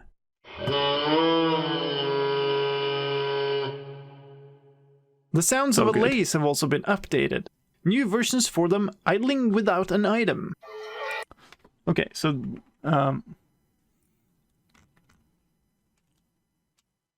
delay sounds. Ooh, this isn't what should be here. Oh, I messed up. Hold on, 640, and then there was another sound here. This one, that was the one that was supposed to be 555. Oops, come on, stop. 22W17A, 550, I guess, since the other ones were 55. Getting an item. Idling with an item. Having the item taken away from them. Hurting. And for dying. And finally, a bug has been fixed where the narrator would not narrate chat messages properly. Jock Cool hello world. Jock Cool says hello world. Instability news. A crash has been fixed that happened when flying mobs entered dangerous blocks. Speaking of stability, that's it, I'm pretty sure, on this one. So, 2 more to go. 18A, if I can find it. What the heck, Windows, what are you doing? Please sort things properly. There we go. And let's move this to here. And let's play the video. Roll the tape. Ladies and gentlemen, snapshot 22W. Wait, do you think if you drop a diamond for the LA to pick up, do you think it could bring more back? No, of course it doesn't. It doesn't invent items. No dupes. U18A is here with lots of bug fixes to the new mobs and more. My name is slicedlime and I'm here to guide you through all the gameplay changes in this version. Let's start with mobs. Allays now follow the player they like more closely and can still follow even if that player is not in view. They also track their liked player from further away. You now need to be more than 64 blocks away for them to lose track of you. When you saved and reloaded a world, Allays would lose any items they had picked up. That is fixed in this snapshot. And Allays leashed to fence posts will now be able to move and pick up items in range. If an Allay had an item with data, picked up one such item and tried to pick up another with differing data, then it would get stuck forever. That is also fixed. The walking animations of frogs now adjust to the speed of their movement properly, and the animations of both frogs and wardens now pause when the game is paused. A number of bugs with the wardens' behaviors have also been fixed. They could detect things even after they had died, would freeze when there were too many enemies or vibrations, and they continued to roar in a number of cases when they shouldn't. Those were when they were angered by an ignited creeper, when their target suffered an unnatural death, when a target despawned, when a target was in a chunk that was unloaded, when a player had disconnected, and when a target switched to another dimension.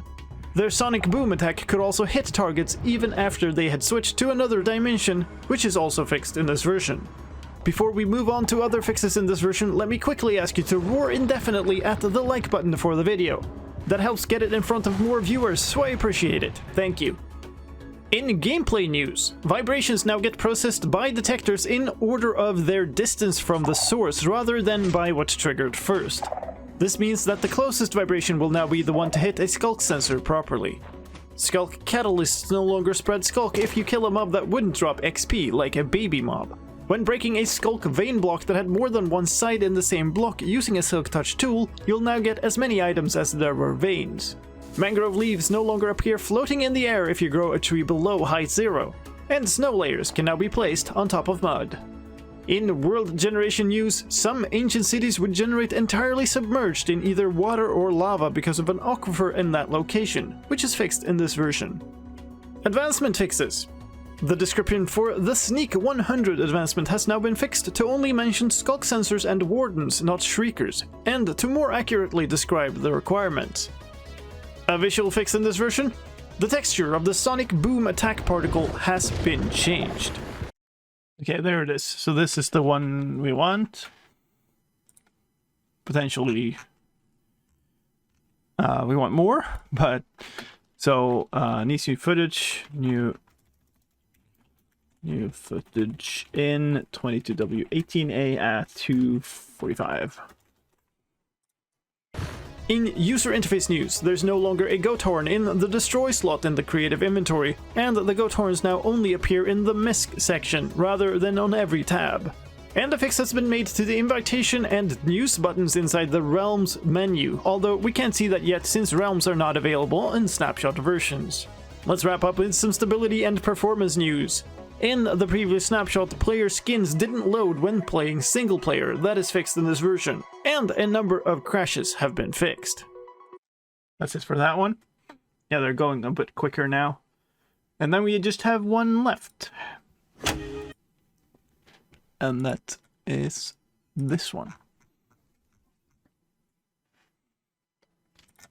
Ladies and gentlemen, Snapshot 22W19A is out with lots of fixes for wardens, new chat previews, and changes to a couple of commands. My name is slicedlime and I'm here to guide you through all the changes.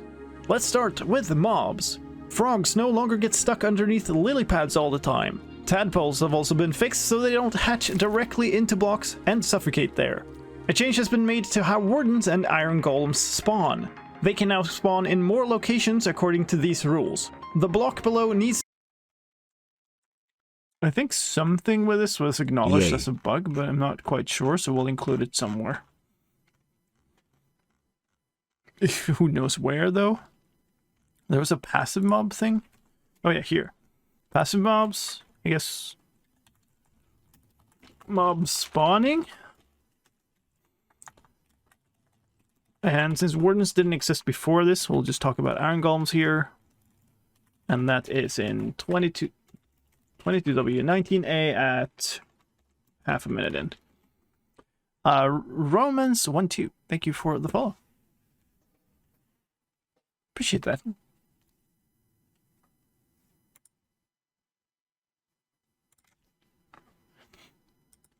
Thought I recognized your name, but it's just similar to another one, I think. To have a collision, and its top surface needs to cover the entire top of the block. The blocks above need to have no collision at all. This means golems and wardens can now spawn on top of glass and leaves, and are no longer blocked by things like string. In other warden news, they can no longer be pushed around by explosions while emerging, and no longer despawn when players are far away, even when spawned from a spawn egg. A number of bugs have been fixed with the warden's behaviors. They could continue sniffing after being distracted. They would ignore being hit by a blaze fireball, and would sometimes stop chasing a target they just roared at. All of those are fixed in this version. There are also fixes and tweaks for the sonic boom attack. The warden now turns towards its targets properly before firing the sonic boom attack. The attack can now hurt the ender dragon, and passive mobs hit by it will now panic like with other attacks. The damage of the sonic boom now once again changes with the game difficulty, and being killed by the sonic boom is now correctly attributed as a warden kill. A couple of bugs have also been fixed where the warden's AI would simply stop working, and the mob would freeze. Let's move on to gameplay changes. The skulk sensor no longer continually gets vibrations if it's placed next to a powered big drip leaf. The player holding up a shield in their offhand also no longer causes vibrations. You can now jump off a ledge even if you were sneaking and there is a block above you. A single fix for a world generation bug. Mineshafts no longer intersect with ancient cities. Stop. Hold on. 22W19A, and we need a reference to that. Gameplay thing is here. 150. Because that I think is an important one to mention. Like, it's really annoying that you couldn't jump down off a ledge like that. And a single sound change. The warden's nearby closest sound is now used. There it is. Before we move on to all the 210 in this one. Third something. No? Not used. Sound. Warden sounds. No? Shrieker. Last one needs new footage. New footage in 22W 19A to 10. New chat changes. Please take a moment to click the nearby closest like button on YouTube. That makes it more likely for this video to be recommended to others, so I'd really appreciate it. Thank you. Now let's talk about those new chat changes. Servers can now enable chat preview, which is a new function where a server-controlled preview is shown above the chat edit box as you type. This means that your chat messages are sent to the server even before you hit enter, and means that servers can apply custom styling like colors, emojis, or other such things to your message, and they can still be signed and verified in the new secure chat system. Okay. So the user interface section is going to need a secure chat, I guess. You're going to need a whole thing. To do plain secure chat, because that's not in here, because it was I listed it as a tech feature initially. Well, let's just 22W 19A at 250 kind of. I'm just gonna list that for all of them. This system, a new warning screen and a warning toast message are shown when connecting to such a server. There's also a related new option. In the chat settings, you can now turn on only show signed chat. When that setting is on, chat messages are not shown if they don't have a valid signature, and instead of showing any modified messages, the original unstyled ones are shown. Let's talk about the technical changes too, and start. Let's not actually, because we're not going to list them in this video. Because the technical changes are going to go into their own video. And honestly, what is this? 318 lines of changelog and 21,147 characters is kind of enough. I think it will be good. It's possibly smaller than the 117 and 118 ones, but not by a huge amount. So You know, that's probably pretty good. There's a few to-dos here, but not too many, and obviously we will need to follow up on future snapshots and stuff, but it's a good start. We have a good thing. So I'm not going to go through the rest. So that's pretty cool, actually. It's a good start. What was that? 3.5 hours, I would say, of getting the initial draft of this up. So I think I'm gonna pretty much leave it there for now. We obviously need to do the entire tech one too. So we have 4 videos drafted out already. There's going to be a 5th one for the tech changes, which is also significant because there's like several new commands and stuff. The next step of this is going to be probably to figure out the to-dos. There are only a few of them, so this should be reasonably quick. And then it's going to be to write the entire script for the video. So that's going to be to convert this long document into something that I can literally read to create a video. Do you know if they got Replay Mod working on it yet? Probably not. They haven't said anything. And I can keep doing this. I can record and edit the sound and stuff for it before we get Replay Mod, and then when pre-releases have started, and if I haven't heard anything, then maybe I'll look into trying to make a version for myself. I think they've said there wouldn't be any for the snapshots, but I don't know what that means. If they mean that includes the pre-releases or something. But yeah, if I can get Replay Mod, this video will be like 10 times the quality. But we can do a lot before we get to that. Hey, Kanak, welcome back. You're just here for the ending, I'm sorry to say. How's the progress? Well, I can answer that. We are through all the snapshots and we've listed everything.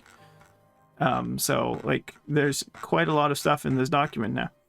And I guess what I should do then... So because I don't have Replay Mod yet, I don't want to, like, just dive into starting to make the video. So I'm going to make the video, record all of that, edit all of that, so we have a draft. Then I'm gonna go through this, I think, and take all the things that we have footage for, like all the sound stuff we have some footage for, and I'm gonna make those things, complete everything that I can do without Replay Mod. And then whatever is left, obviously, we then are at the point where I have to decide, can I get Replay Mod working for it somehow? Either because they've now got a version, or because I can update by myself. Or do I just accept defeat and record it without Replay Mod to the best of my ability? And I don't know. We'll see which one turns out the best. But if Replay Mod is up to date, that would be amazing. That would be so much better. Or if I can get it to work myself. But we'll see. We definitely have many hours of work that I can do before I need Replay Mod. So yeah. Wow, that's a lot of work. Yeah, but it's good. Like, this is 3.5 hours of work, and I have an outline. And that's great. We definitely know a bunch of this needs new footage, though, so that's good. I guess another thing that we should do is, as we go through that, so one thing I haven't shown you this time, but I've shown a bunch of other times, is this page, where we organize all the snapshot work with the snapshot crew. So, like, here we have, like, okay, so players couldn't jump off the edge, and that's set up in this place, right? So, there's references to all our builds in the worlds and stuff. So what we could do is we could make a big box here for, like, stuff that needs to be redone from a builds perspective for the final video. So that's the thing we could do.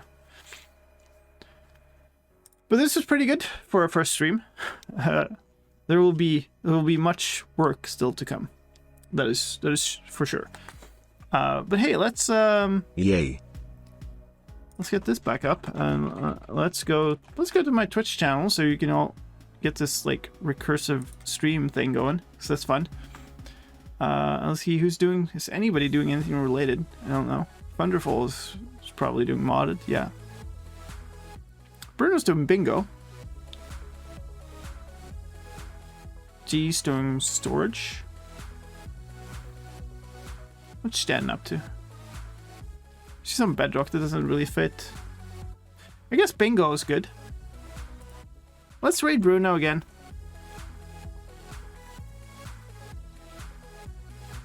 For the recursion, yeah, it's going far this time.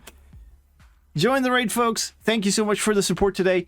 We'll probably be at this a lot. I would love to actually, you know, play the game some too. We'll see how much time I actually have for that. Depends on how confident I feel in completing this work.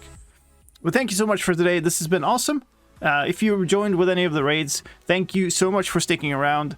Please drop a follow if you haven't already, and I'll, you know, see you later. Thank you. Have a great rest of your day or night or morning or whatever it is in your time zone. Hit the raid button.